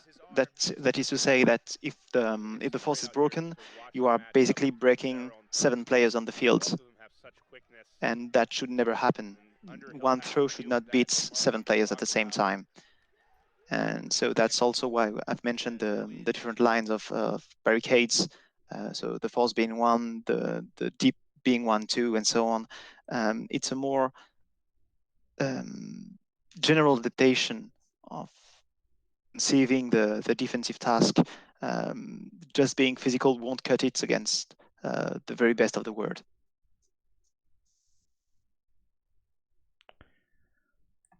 Yeah, I agree. The US completely. definitely are, yeah. Yeah, I think this one throw shouldn't break 7 players is a great summary. I mean,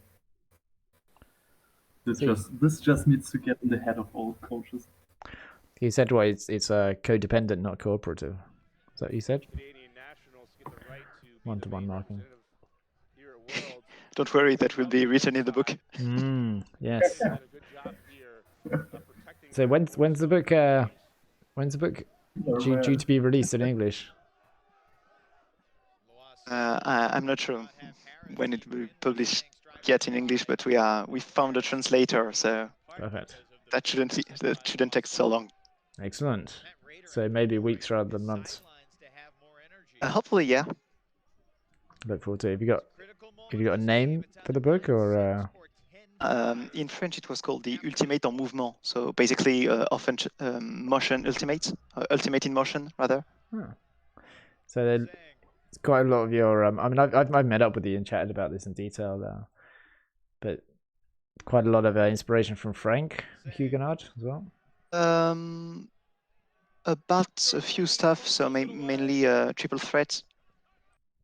I really like this principle, coming from a different background. I mean, I was no ultimate player at start. I think most of us weren't.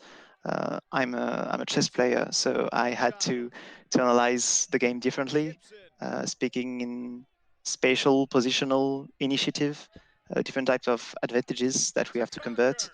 There are also different kind of stuff. For example, very famous saying from Alejandro Alejin, which was for me to be beaten, my opponent has to beat me 3 times. One in the opening, a second time in the middle game, and third time in the ending. So a lot of stuff like that made us approach the game differently. Cool. Yeah, my background, or a hobby that I have is playing Go. So a board game, with the same kind of complexity, I guess, as chess.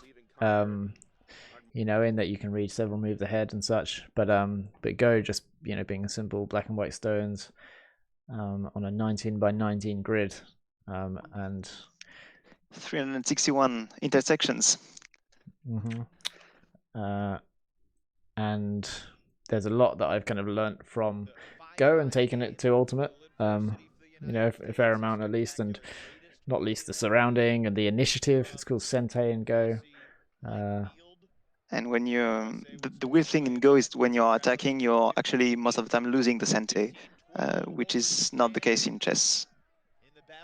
Right. Yeah. But yeah, Go is a fairly interesting game. I love it though, and my one of the co-founders of the pickup team in which we experimented the strategies is a Go player. So we had a lot of exchanges. We started Ultimate at the same time, so we had a lot of exchanges between chess, Go, and Ultimate in general. But we wanted to have a pretty broad look, which is taking piece from board games, tennis or golf in the throws, or lovely catch, soccer, handball, basketball. So a lot of sports have pretty similar principles, and there is, of course, reason why everything is different, but all tightly connected. And so we are trying to connect all the dots to have one something like unification theory. It's not fundamental physics, but still that's the aim. Okay, interesting. Yeah, I play a lot of computer games as well. You can see the approach, like when you get down to the core approaches to strategy, how there's similarities between every game. Ooh.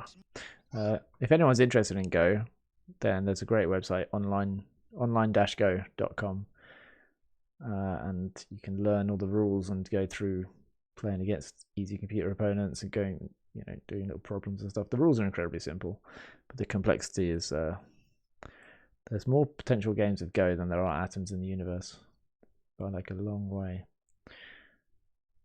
Like every game is just instantly different. Yeah, so he tries to hit this this inside, and I think he might actually be aiming at this player. There's a chance he's aiming at that player over there,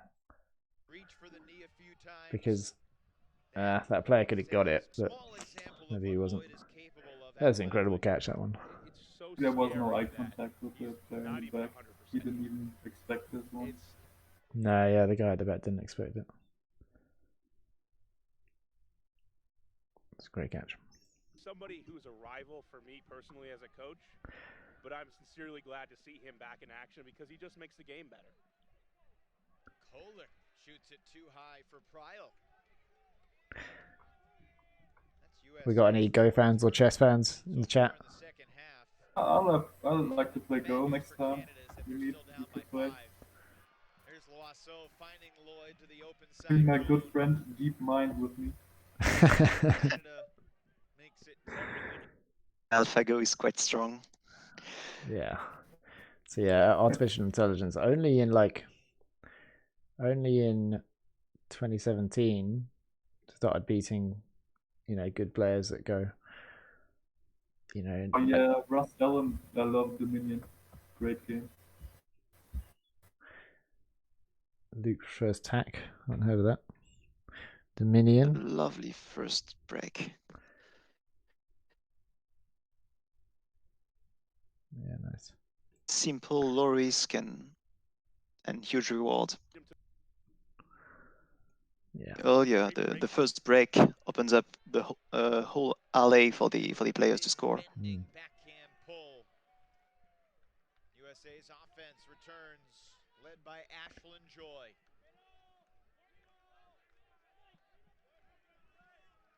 Right, Canada stifling some stuff. There's just not much coordination.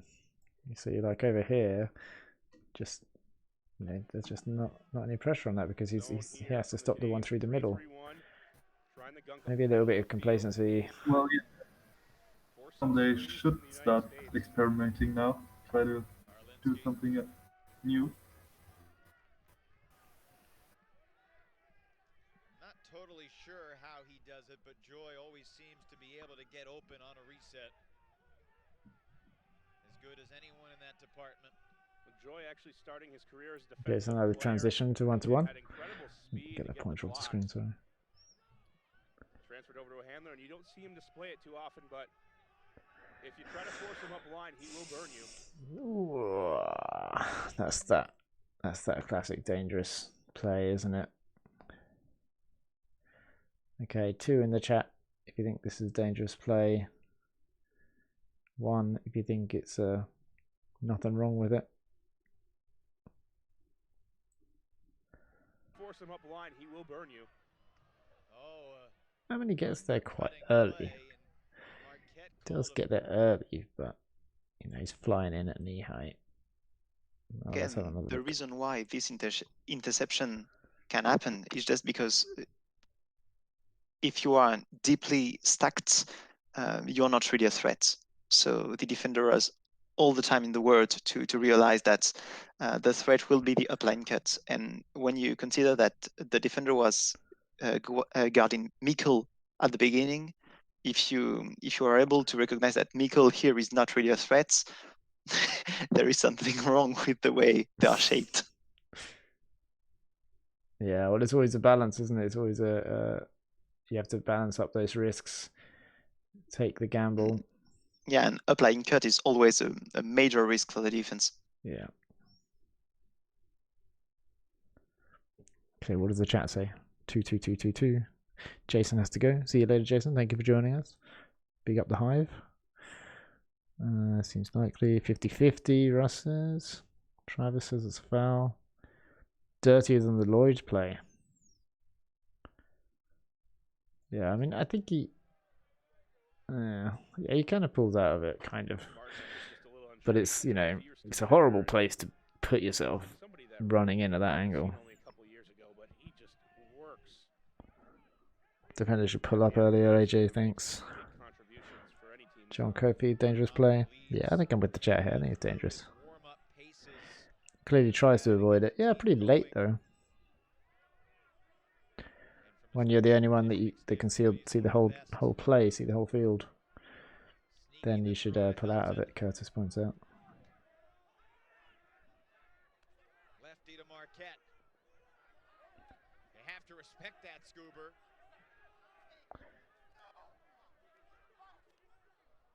Ooh, do you hear that? You can hear them shouting.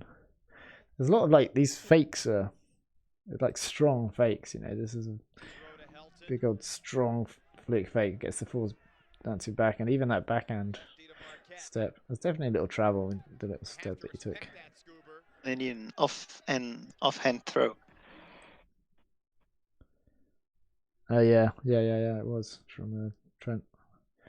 And then this is where the shouty foul's called. But he kind of like steps into his, you know, he's stepping across. How is that a foul?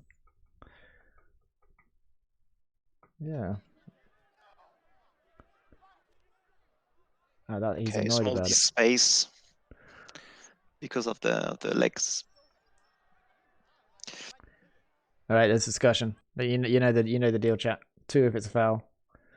One if it's if you think this is absolutely fine, no foul here. But 2 if you think that the defender has fouled the offense. 3 if you think the offense has fouled the defender. Yeah. So 3 if you think number 1 here is kicking the Canadian player, and the Canadian player would be justified in calling foul. 2 if you think the Canadian player is fouling the American. 1 if you think there's no violation. I think the sideline should make space for us to see better. Yeah, where's the 3 meters being respected here? With the photographers down there. Yeah, we can't really see it. Yeah. A couple of people in the chat saying 1, no foul, no foul on the play. He's saying he tried to pivot. Wait, I'll turn the volume up so we can hear it. It's always quite interesting hearing these things. Scuba. Can hear him shouting about it.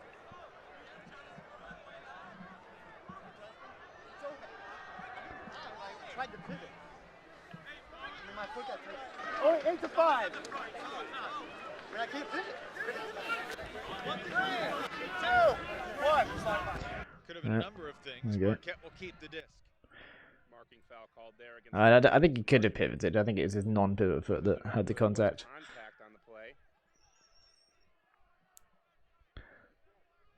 Yeah, Travis says that type of foul always favours the throwers. Yeah, I think it's fair. I think the Canadian guy's almost jumping backwards as well. I understand why he's a bit peeved about it. Oh, nice. Is that Danny Karlinski? Have we got Danny in the chat? I wouldn't be surprised if DSki23 was lurking. It's nice. Getting that angle, releasing the disc just after you lift your foot up. Just like you can tell, great throw because he makes it look easy. Yes, we can rewind and watch Jimmy. Where do we want to watch Jimmy from? Is he doing the shimmy again? I think he is, you know. I think he's constantly shimmying. Count how many times Jimmy shimmies. Could have been a number of things. Marquette will keep the Does that count as a shimmy? That's like a half shimmy. There against Lamb and some argument of whether there was contact. Here's Jimmy lingering back. That's interesting, isn't it? Like he waits. That's definitely a Jimmy shimmy. He waits for this moment. Yeah, and he's got his body face this way. And then it's just that movement there gets that defender taking that step. And he hasn't moved his feet at all really like that. The left foot just stays there, so then he's able to just push off. Just does a little shimmy. The guy takes a big old step over here. Nice. Yeah, good spot, Russ. Russ, when are you going to join us on the chat? On the voice, I mean. On the Discord. And USA takes its time and threads the needle.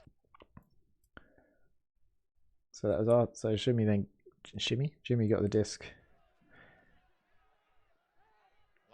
Good little fakes. Nice throw to the side. Good catch there. Yeah, he just times his cut, right? He's not sprinting to get out of here. He's just maintaining that separation without using up the space in front of him. Working, right? It's a great smart cut. I'm okay with him calling him Shimmy Jimmy from now on. Very clean as Shimmy. There's a Shimmy who coaches Sussex University with me. He's became a father a couple of weeks ago. Congratulations, Shimmy. And he was named after another player called Shimmy. So for me, that would be the third person I've known called Shimmy. So.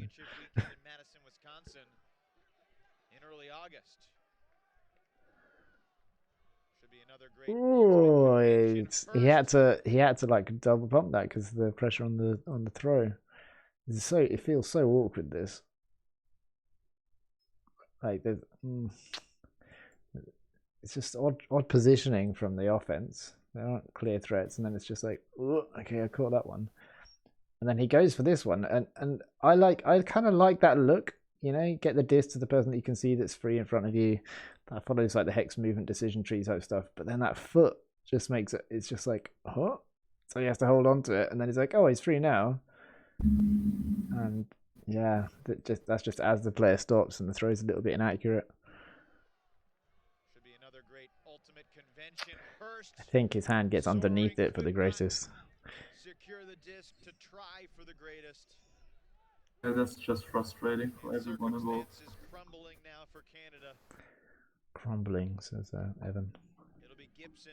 Free child makes the move. It's that easy. Okay. Just beating 1-1 to the cone.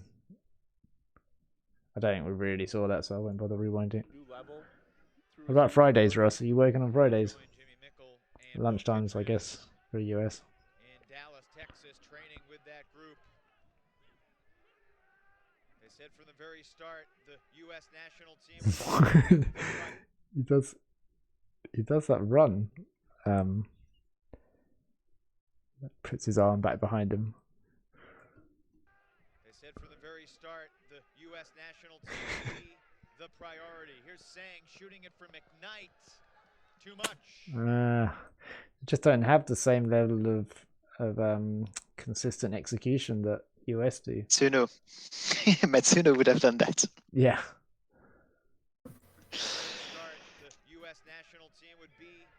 I think Matsuno would have released it half a second earlier, though. Maybe a second earlier. Even before receiving it. He's just that strong. But yeah, that's a nice inward pivoting, though. Mm-hmm, mm-hmm.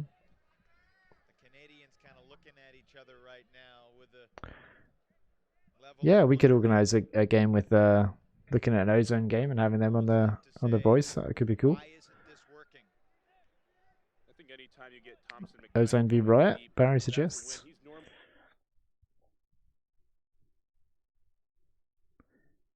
Yeah, if you work out a suggestion or two for a game, then I'll add it to the poll that I do on the YouTube community page, and let the viewers decide what game to cover.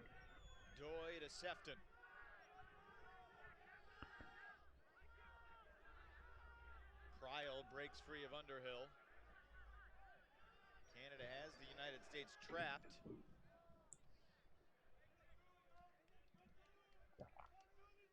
Not sure what the call is here.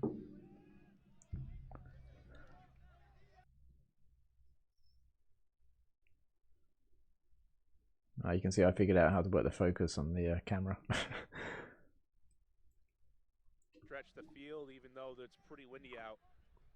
I think everybody here wants a piece of the goal scoring tallies. You have Nick Stewart, Peter Prial, and DiGirolamo downfield who on their own right are great deep cutters. Did you hear? You can hear him start stalling when he's laying out. It's brilliant. Let me turn the volume up for this. Peter Prial and DiGirolamo downfield who on their own right are great. As he's diving. 1, 2, 3. That's brilliant. Like jumping, starting to count, getting up, cleaning the grass out of your mouth, And then Caught her Oh, with a nice one-handed catch. stab. And then he put it too far ahead. This is a good defense. Let's have a look at this catch. It's really nice. This is outward pivoting as well, catching it on the line, turning out, rounding the corner. Not very much. No, not rounding the corner. That's unfair. But then, yeah, all the focus being down here. But it's the system they're playing, you know. So kind of makes sense. Like if they looked back at Gailliegue right now, you know, the defender's ready for that rather than Gailliegue. Defender's got good positioning here, actually stopping that up line. But yeah, great adjustment. There now, that's a great catch. And then this is the defense I really want to focus on, because it kind of like, it's that thing of like, when you're playing D in this kind of position, or in a lot of positions, you aim your center of mass directly at the offense's back, all right? And sounds dangerous, okay? But if you do that, then you're able to bid one side or the other, right? Right up until the last moment. And so by doing that, by having this constantly, he hasn't chosen this side, then when the throw goes up over here, this offense player doesn't know which side the defender might come on. And so he actually takes a step on the inside there to try and beat him, like, and the defender's still right there. So I mean, maybe the throw is put off because he does this little change of direction, but it's the defensive pressure is really good. And obviously, you know, you're aiming your center of mass towards the middle of their back, but then obviously when you make the bid, this is something that Canada maybe haven't always done, to choose one side or the other, you know, rather than go through the back. It's a nice collective defensive effort from the Canada team in general. There were two defending culture when he called the layout, and one of the Canadian made a great read on the play by sprinting towards the 4-on-3 situation over there. Yeah, you can see him going through. I mean, if it was ideal though, you'd have this player move and take that deeper threat, and then him move up there. Yeah, and perhaps this the player that did the double defense coming in the open side just to not even let some kind of window for a throw, but yeah. Yeah. Okay, moving on. Kevin Underhill. Kocher makes a lot of those catches. Oh, Brian's back. Going deep. Fifth turnover of the half for USA. Oh, nice. Nice. Canada has only had 1 point though in the second half. It was a that beautiful they have steamer if I failed to seen turn one. it over. Yeah. And that was when they didn't touch the disc. Anytime Canada has had possession of the disc this half, they've turned it over at least once. Looking for Harris. You see, this should work. It's just not. It's just Canada aren't playing very well, really. I mean, it's 12-6. Maybe they've lost heart as well, but like, you know, even if you've lost heart, this is just a classic. Like, you know, he's only pivoting out here and showing the disc over here. He's only looking at this right now, which is fine because he knows he's going to get free. And then it's like, right, now I've got loads of space. I put the disc out. There's a separation, but it's just not. Looking for Harris. You got the right thrower, you got the right receiver, but it just doesn't connect. That's a quote from some Ultimate Commentary sometime. For some reason it's stuck in my head. Do you argue that is the same third throw, or like the third right beside the field third? Yeah, it's kind of same third. I don't mind same third though. Because I see it just, you're throwing a frisbee from A to B, you know, whether it's always going to be in a straight line from A to B, you know, so putting that onto the field and changing the perspective to be from the field instead of from just the thrower, I'm not sure. I think if you might be a little bit harder, but yeah. I think it's fine. I think this should be complete.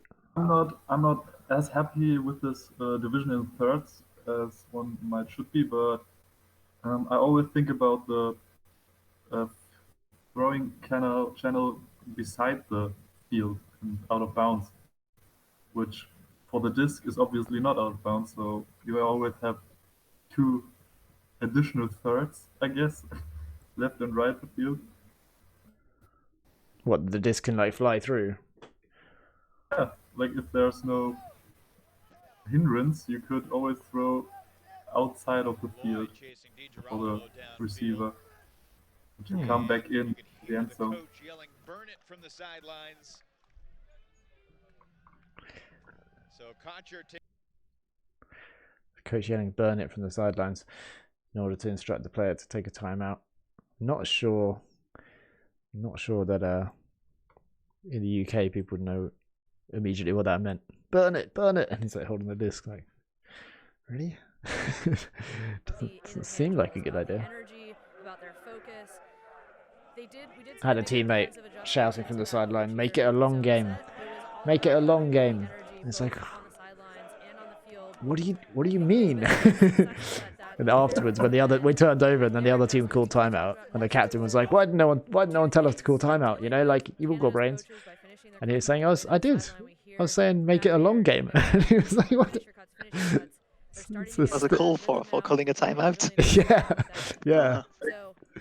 Yeah, it's just a stretch too far. Having two halftime talks and one team executing on that, and the other It's one often so hard just not to getting even it pay done. attention to everything that is being said on the sideline, that if you don't make it clear, as clear as it can get. Yeah. Okay, whose flag is this? I think I recognize all the other ones. Oh, that's a tough one. Is this one of these small islands in the Caribbean? It's not Dominion Republic, but anyone in the chat who can name that? Who can name that flag? Blue with a red stripe, a yellow border, and the yellow star in the top left. Courier Island. Is that seriously the Courier Island flag? Oh, it is, isn't it? Okay. All right. So that was almost like the red herring. They came out and started with a break, and everyone rushed the field. Isn't it? Yeah, Congo. Oh, is it actually Democratic Republic of Congo? Not sure. Maybe it is. You can... flag, yeah. Okay, not Courier Island then. Well, I don't know. Courier Island is something like sand, tree, and sun. It's pretty picturesque. Oh yeah, it is. Yeah, that looks like a proper flag. Democratic Republic of Congo, maybe. What about this one over here?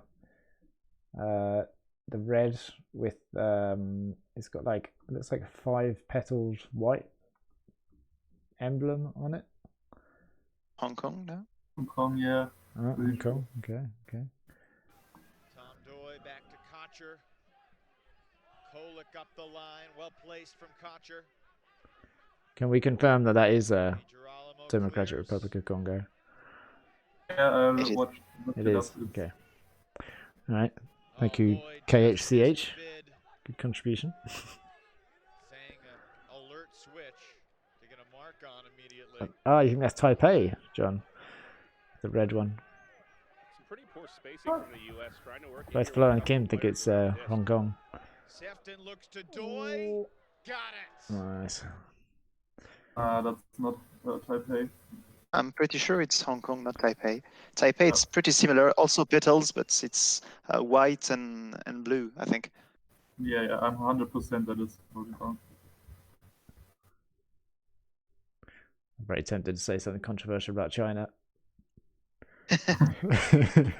Your stream might get turned off. Yeah, exactly. Exactly. Yeah, so he just uses the separation here.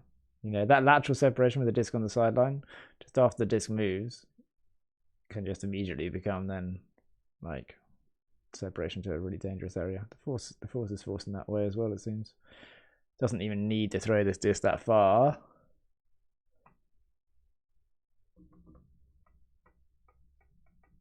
potentially he catches it. I mean, yeah, you can't really see if that's in or out. It looks like it's pretty much in. Potentially he catches it before he leaves the ground as well.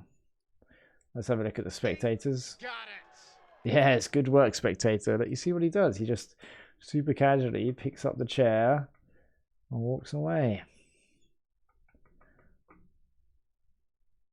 Okay, leaves him a nice little gap to go through. And then he goes into the bush like Homer Simpson. You say what? Is he coming back with the chair, or is he just off? I think he is. Got a brand new chair now. Yeah, no, he's moving. He's definitely moving the chair to make space for the the player running through. So I think here's a bit of a, because like you've got the game advisor here, Liam Kelly, and he's looking real tight, like he knows, and then he's just like, yeah, I'm just a game advisor. Like the US and Canadian players are probably immediately, everyone's looking at him being like, if it's in, he's going to signal the goal, right? Because that's what happens in the US. But that's not what a game advisor does.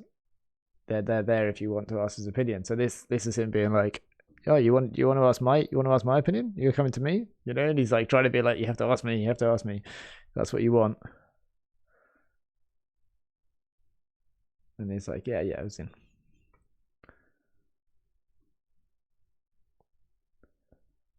Yeah, I mean, thanks to all the volunteers at every Ultimate Unit tournament. Yeah, well, Liam Kelly especially. Liam Kelly's done so much for the sport in the UK. He was my level 2 coach, trainer. He coordinates all the game advisor stuff. He's there at every big tournament. He's a fantastic human being. Got a lot of time for Liam. A great continuation cutter in his own right. Unfortunately, you can't see his foot on that replay. GA is only signal when the players have already called. Yeah, USA. So the USA players at Lecco were asking game advisors just to make the call because they're so used to observers. It feels like only a matter of time right now. I don't think it's that it's after the players have already made the call per se. I think it's if they're asked directly for their opinion. I think they give it. But then, on the other hand, you don't have to abide by their opinion, I don't think. So Exactly. it's another misunderstanding. The Canadian players will have questioned, then seen it and be like, oh, okay. But it's like, well, that didn't really actually mean anything. Like, if I was a Canadian player at that point, I would just ask a spectator, I wouldn't. Yeah, anyone that's there. I guess game advisor is just spectator, really, but I'd ask anyone that's there. I'd just ask the whole crowd, like, yeah, in or out, and then I just, because it's one of those ones that's like pretty clear. It's was the foot on the line or not on the line? Not like a strip call or something like that, which you can't really tell from being on the side. Should we listen to what this guy's saying? Let's listen to it. Flat. All right, let's let him sit out of that junk 2 or 3, and then really get hard on it. Going upwind, I'd like us to be no inside on almost all of our marks. So stay flat, watch these inside flick hucks. Let's let him go back and surround. Because we're getting out so quickly. Right, no inside on all the who marks. we're transitioning to. So know that at 1, 2, and 3. We keyed in on which guy you're going to be coming to. Transition on 3. Transition on after 3 passes, I think, but know who you're going to be going to. Yeah, I don't know whether it was exactly after 3 passes, but the point was like see who you're going to be marking before that transition. Field on the 10, or after route. Yeah, and actually, now that you said that, let's go back to our no IO defense, which is to say the marks are shading no route. Okay, good. Yeah. No inside out on the mark. Out of the we're 4. 2-3-2 for 4. Good. What's that 2v2? Which is to say the marks are shading no route. Okay, good. Yeah. Wait. He said the marks shading no around. I'm confused myself now.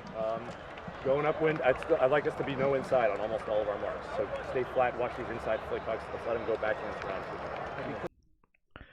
Because we're getting out so quickly. I agree, stand still. He's got nice uniforms. So know that at 1, 2, and 3. Nice kicks. We keyed in on which guy you're going to be coming to. Are we no IO downfield on the 10? Or after route? Yeah. And actually, yeah, now that you say that, let's go back to our no IO defense, which is to say the marks are shading no around. Okay, good.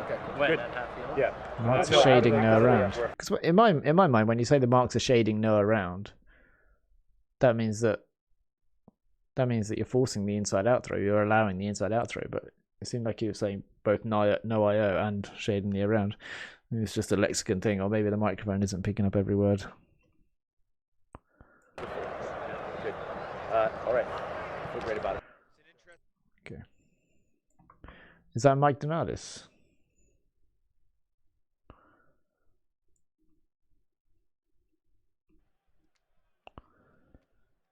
Anyone in the chat know? Oh, you're taking away the skinny cuts. Okay. Still not 100% sure what that means. We'll see soon. Racing down on the pole to deny the first throw in USA, forcing Canada to start about 15 yards deep So in that the end zone.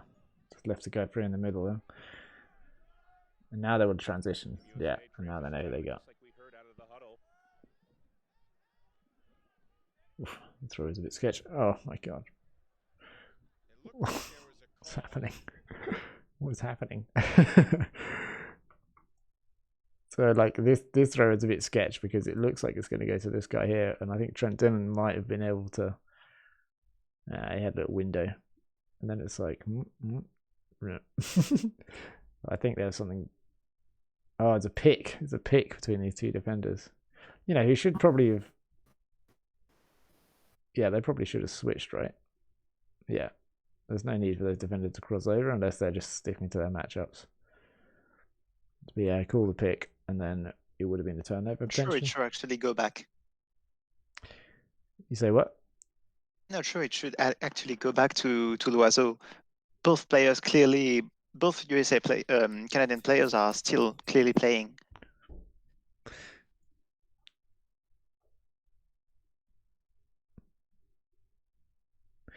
I think it should go back because I think they call pick there, and that's before the wind up of the throw. And so not only is it before the throwing motion, but also it affects the play, because if you have the disc in hands and someone calls something, and then you start to go into the throw, maybe you only process it like a second later. So then you try to pull out the throw. Definitely affects the throw, yeah. Oh, it was Dutchy that was talking in the huddle.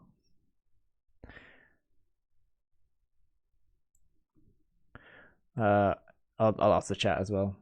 Two in the chat if you think that well, let's say 1 if you think it should be a turnover, 2 if you think the disc should go back. So 1 if you think that like, no, you just threw it away, it doesn't matter that the pick was called. I suppose there's one question of like in the rules versus kind of spirit of the rules as well. I agree that spirit-wise it should not be a turnover. But there is also that's also a nice thing about new rules. You have 2 seconds to call a pick if it has any influence on the play. So you could actually keep on playing there for 2 seconds and then realizing that the pick made you not be able to defend, and then call back the pick. All right, chat saying 2. What did I say? 2 was? 2 was not a turnover, I think. Not a turnover, right? Yeah, fair enough. Yeah, and Wolfdov as well. Stencil 25 quotes. Case for Mando hand signals. Stencil said earlier. There was still some debate of whether it was better to send an all-star team that wouldn't have as much chemistry rather than the club team for Team USA. And you'd see here in the result, it is a different Canadian team as well. But that game was 16-15 in Sakai, and right now it's 13-6. That was nice. Catch was not as easy as it looked. So he throws here and Dillon poaches off, and he aggressively kind of goes downfield, and I think it's a thrower kind of like, hey, look back. You know, because it looks like he's about to take off deep, and the thrower's like, well, no, why don't I just throw to you over there? Take off deep when there is already people, you're free there. Yeah, exactly. Yeah, it's not an easy pass to do. anyway, I really like this one. Yeah. It's not flashy or anything, but it's crushing for the defense. Yeah. That's more of a leading pass, forcing the other way around, forcing your cutters to come back and not to make the initial move for the pass. Like, stay here, you're free, come back. Center handler, and when he gets the mismatch, he can go downfield. Certainly one of my favorite players Nice. to watch. Good catch as well. Like it was kind of picking up and pulling away from him. Excellent shape in that throw. To put him far away from Freechild. Yeah, he curved it around Freechild. And led him away from Freechild as well.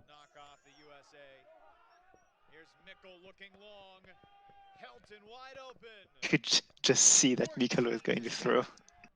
Such a nice throw. It's a lovely throw. Upwind.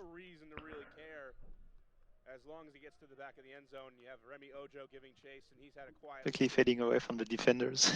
It's a perfect throw. So nice. He's in his own right a great. The marker tried to foot block that huck. Yeah, I almost made this the thumbnail of the stream.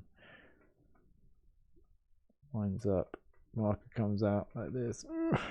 He's stopping the big inside out channel here. I was trying to get over, pressure it anyway. Yeah, throw it like Mikkel. As soon as you give them a bit of space on the mark, they're going to throw inside out that can then just go out straight to the end zone and hover in front of your player. Or their player, I mean. The thing that makes this throw so classy is just the speed that it's going at the end of its flight. Yeah, so the fact that once it gets to the end zone, it slows down so that then he just has to jog and just have it come down and sit into his hands. It's still spinning. Yeah. Not going further. It's a lovely throw. Yeah, it just drops down. Real nice. Not a shimmy in sight either. Shimmy really needed. It's a nice inwards pivoting because he had time to decelerate before. Yeah. He has all the time in the world to plant a hard pivot foot to throw far. Well, that's still not something that everybody can do because this throw upwind is still majestic, but yeah, it's perfect technique and execution. And again, they come down with the junk. So tactically, USA haven't really had to do more than just junk for the first few passes and then transition. And then they've just been kind of tweaking that and just enough individual pressure, getting a few crucial blocks and Callahan and mental advantage. And then a few unforced errors from Canada as well. Means that they just took the game away.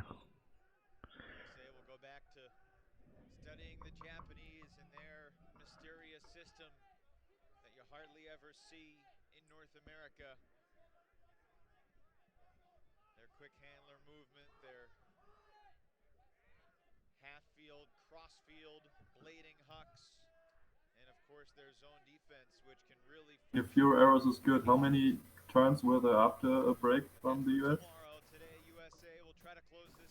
How many turns were there this half? I mean, the offense of the line from US didn't produce that much errors, did they? Maybe not. I don't have them written down, but I can look at my categorization to try and figure that out.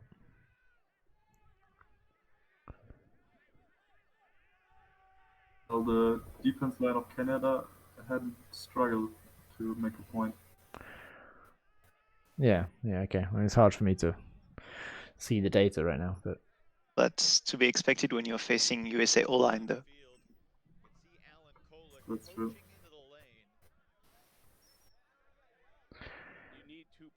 Was this the last? Sorry, go on. There you go. This point, even though flow has stopped several times, I'm still not sure how it's gonna go. Yeah, perfect. The score is the type of points they would have needed, much needed earlier in the match.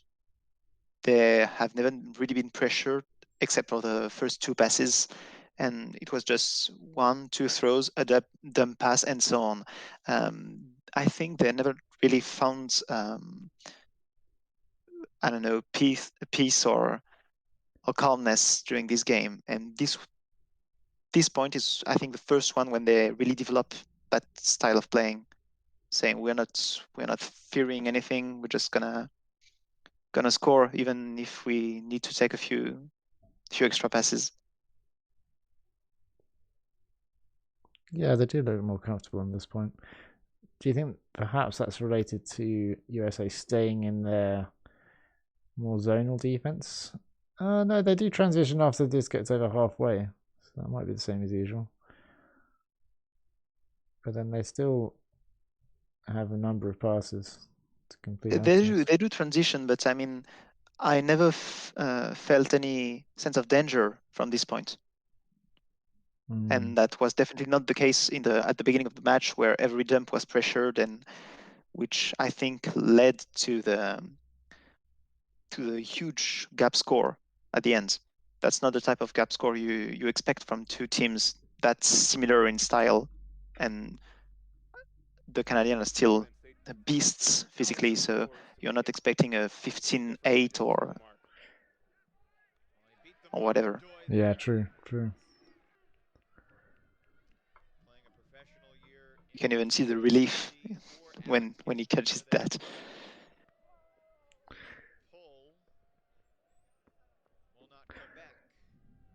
Yeah, they partied hard that night, Canada. I was commentating in their there's some of the guys that I recognize.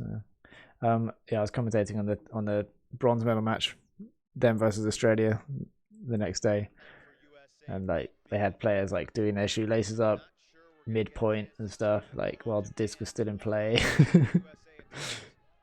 It was like clear that they had. They were pretty bummed having to play the US in semi, but that's what you get when you lose against Japan in purple. So yeah, really the match against Japan was more of a match not to face USA in semi. Was that there's footage of that one as well, right? Japan Canada. There is, yeah. It's a nice match, tensed almost all the way through, if I remember correctly. Did I mention Scuba wins games? Yeah. Maybe we should look at the Japan Canada match, because the thing about this tournament is that the filming quality was so good that it's a pleasure to go through any of the footage from it and the commentary and everything. So if anyone, so I'll put that on the list of ones to vote for. If anyone has any other suggestions of games you'd like to see covered, then suggest them in the chat now, and I'll add them to the list of games that we vote on what we're going to cover next. So it looks like the travel's on this throw here. So far away from being a travel, isn't it? So far away from being a travel. You can see him being annoyed by the call. It's like 3 frames away. And it's just because he's lost position. That's cynical. Yeah, of course he's annoyed.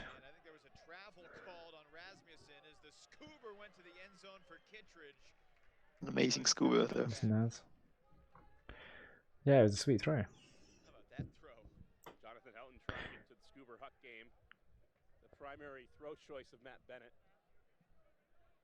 Bennett. This wasn't the crowd-funded stream. This was the team we put together. Elliot Trotter at the helm, and Woofter funded the production, I believe. The crowd-funded stream was World Games, wasn't it? Is that right? Having more than just the final filmed at World Games? And yeah, a big crowdfunding thing came up. I think that was right. Not sure.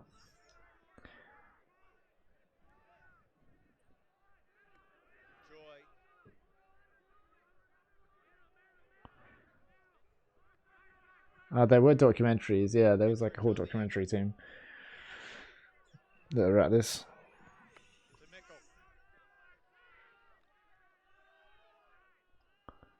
Oof, that's a nice break, isn't it? Crossfield, Rasmussen is there. USA has vanquished Canada. Hammers when... Hammer wins games too, apparently. Yeah, yeah, exactly. It's like indoor season all over again. So these are all breaking the force, these ones. So it's like disc is on the far line, on the force line, right?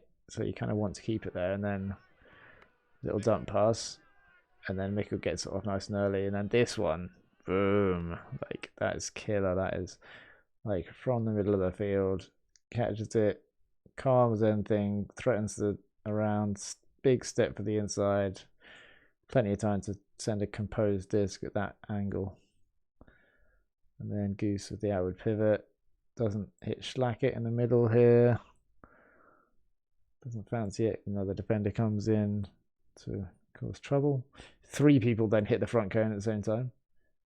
There is 3 people and a perfect hammer to take advantage of that. Yeah, he's completely unmarked. Is that his mark there? No. The 8th player on the field. Yeah, I think he just came on from the sideline. Where did he come from? Brian had a perfect comment there. Breaking the mark before stall 1 is such an important skill, and that's one which goes often unnoticed. Breaking the mark before stall 1. Yes. Yeah, it's killer. Is this the guy that catches a hammer?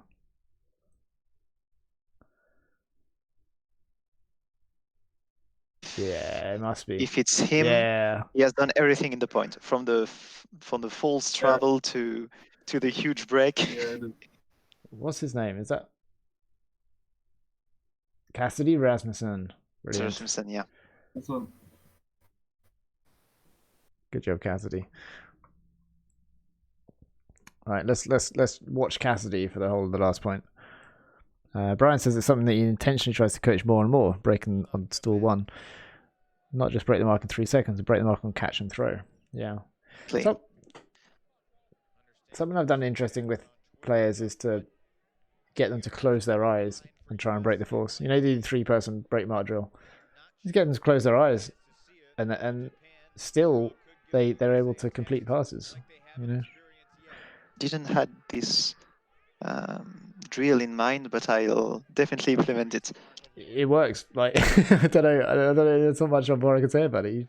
Just even with eyes closed, there's just completions. All right, here we go. Here's Cassidy. You know, like hardly any point blocks. So yeah, that was nice, and he had such good separation and field position. You know, he was just so frustrated seeing that. That's a perfect throw and go move. Yeah, throw and go, nice technique. And he's going to get the disc back anywhere, like around here, because you know the other defender's overcommitted. And then yeah, travel called, so he's pissed, rightly so. Sometimes you don't want to wait the dragon, do you? You know, sometimes you. How's this go back here? It's Anatoly with the bad call. All he can do is laugh at it. So like you can see he's won the mental game at this point. He's like, right, okay, fine. You want to play that game, do you? Okay, whatever.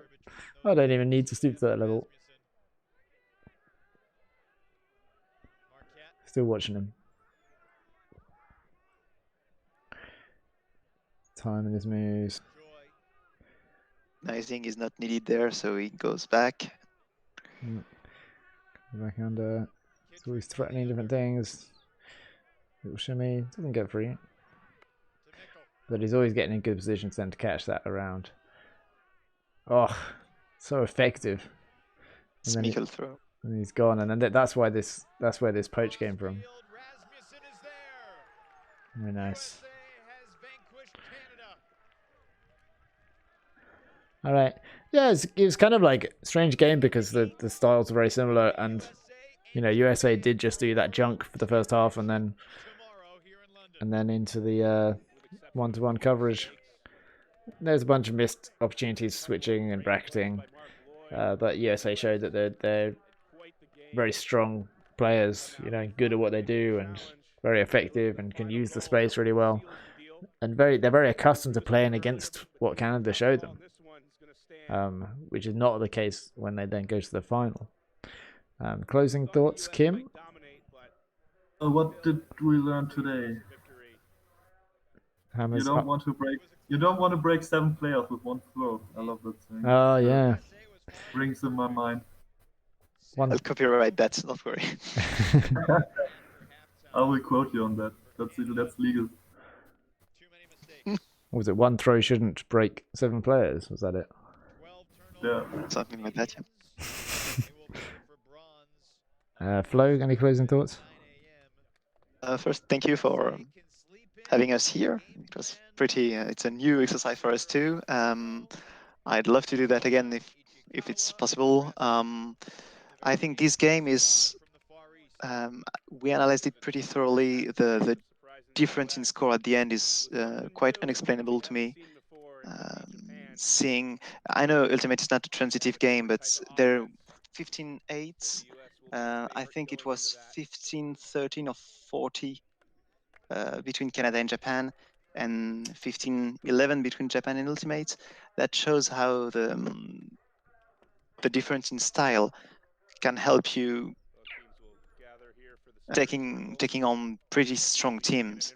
I'm not sure that Japan is better than Canada by any means, but the resistance and problems they cause to the US is quite amazing.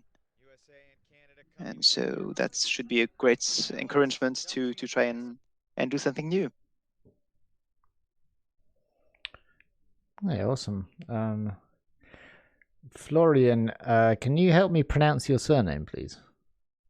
Which part, Florian or Gailliegue? Gailliegue. It's usually called Gailliegue, so something like Montague, but no, it's Gailliegue. Gailliegue. Okay, Florian Gailliegue. Thank you very much for joining for the stream. Pleasure was mine.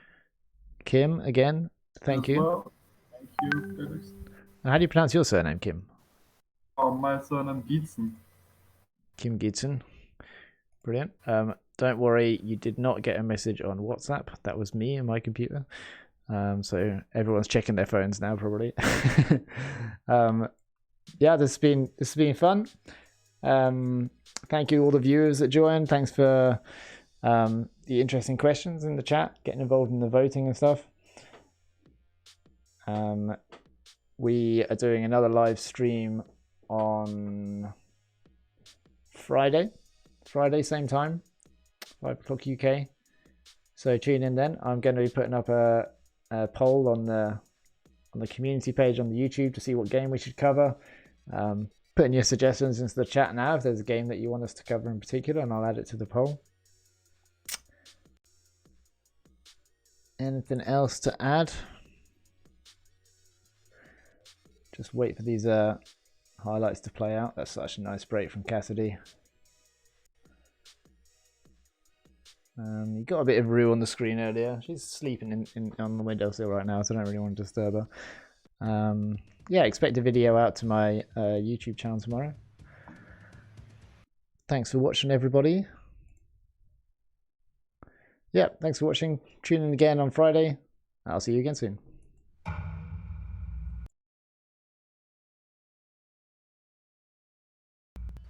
Yes, you're good. Yeah. Oh, yeah.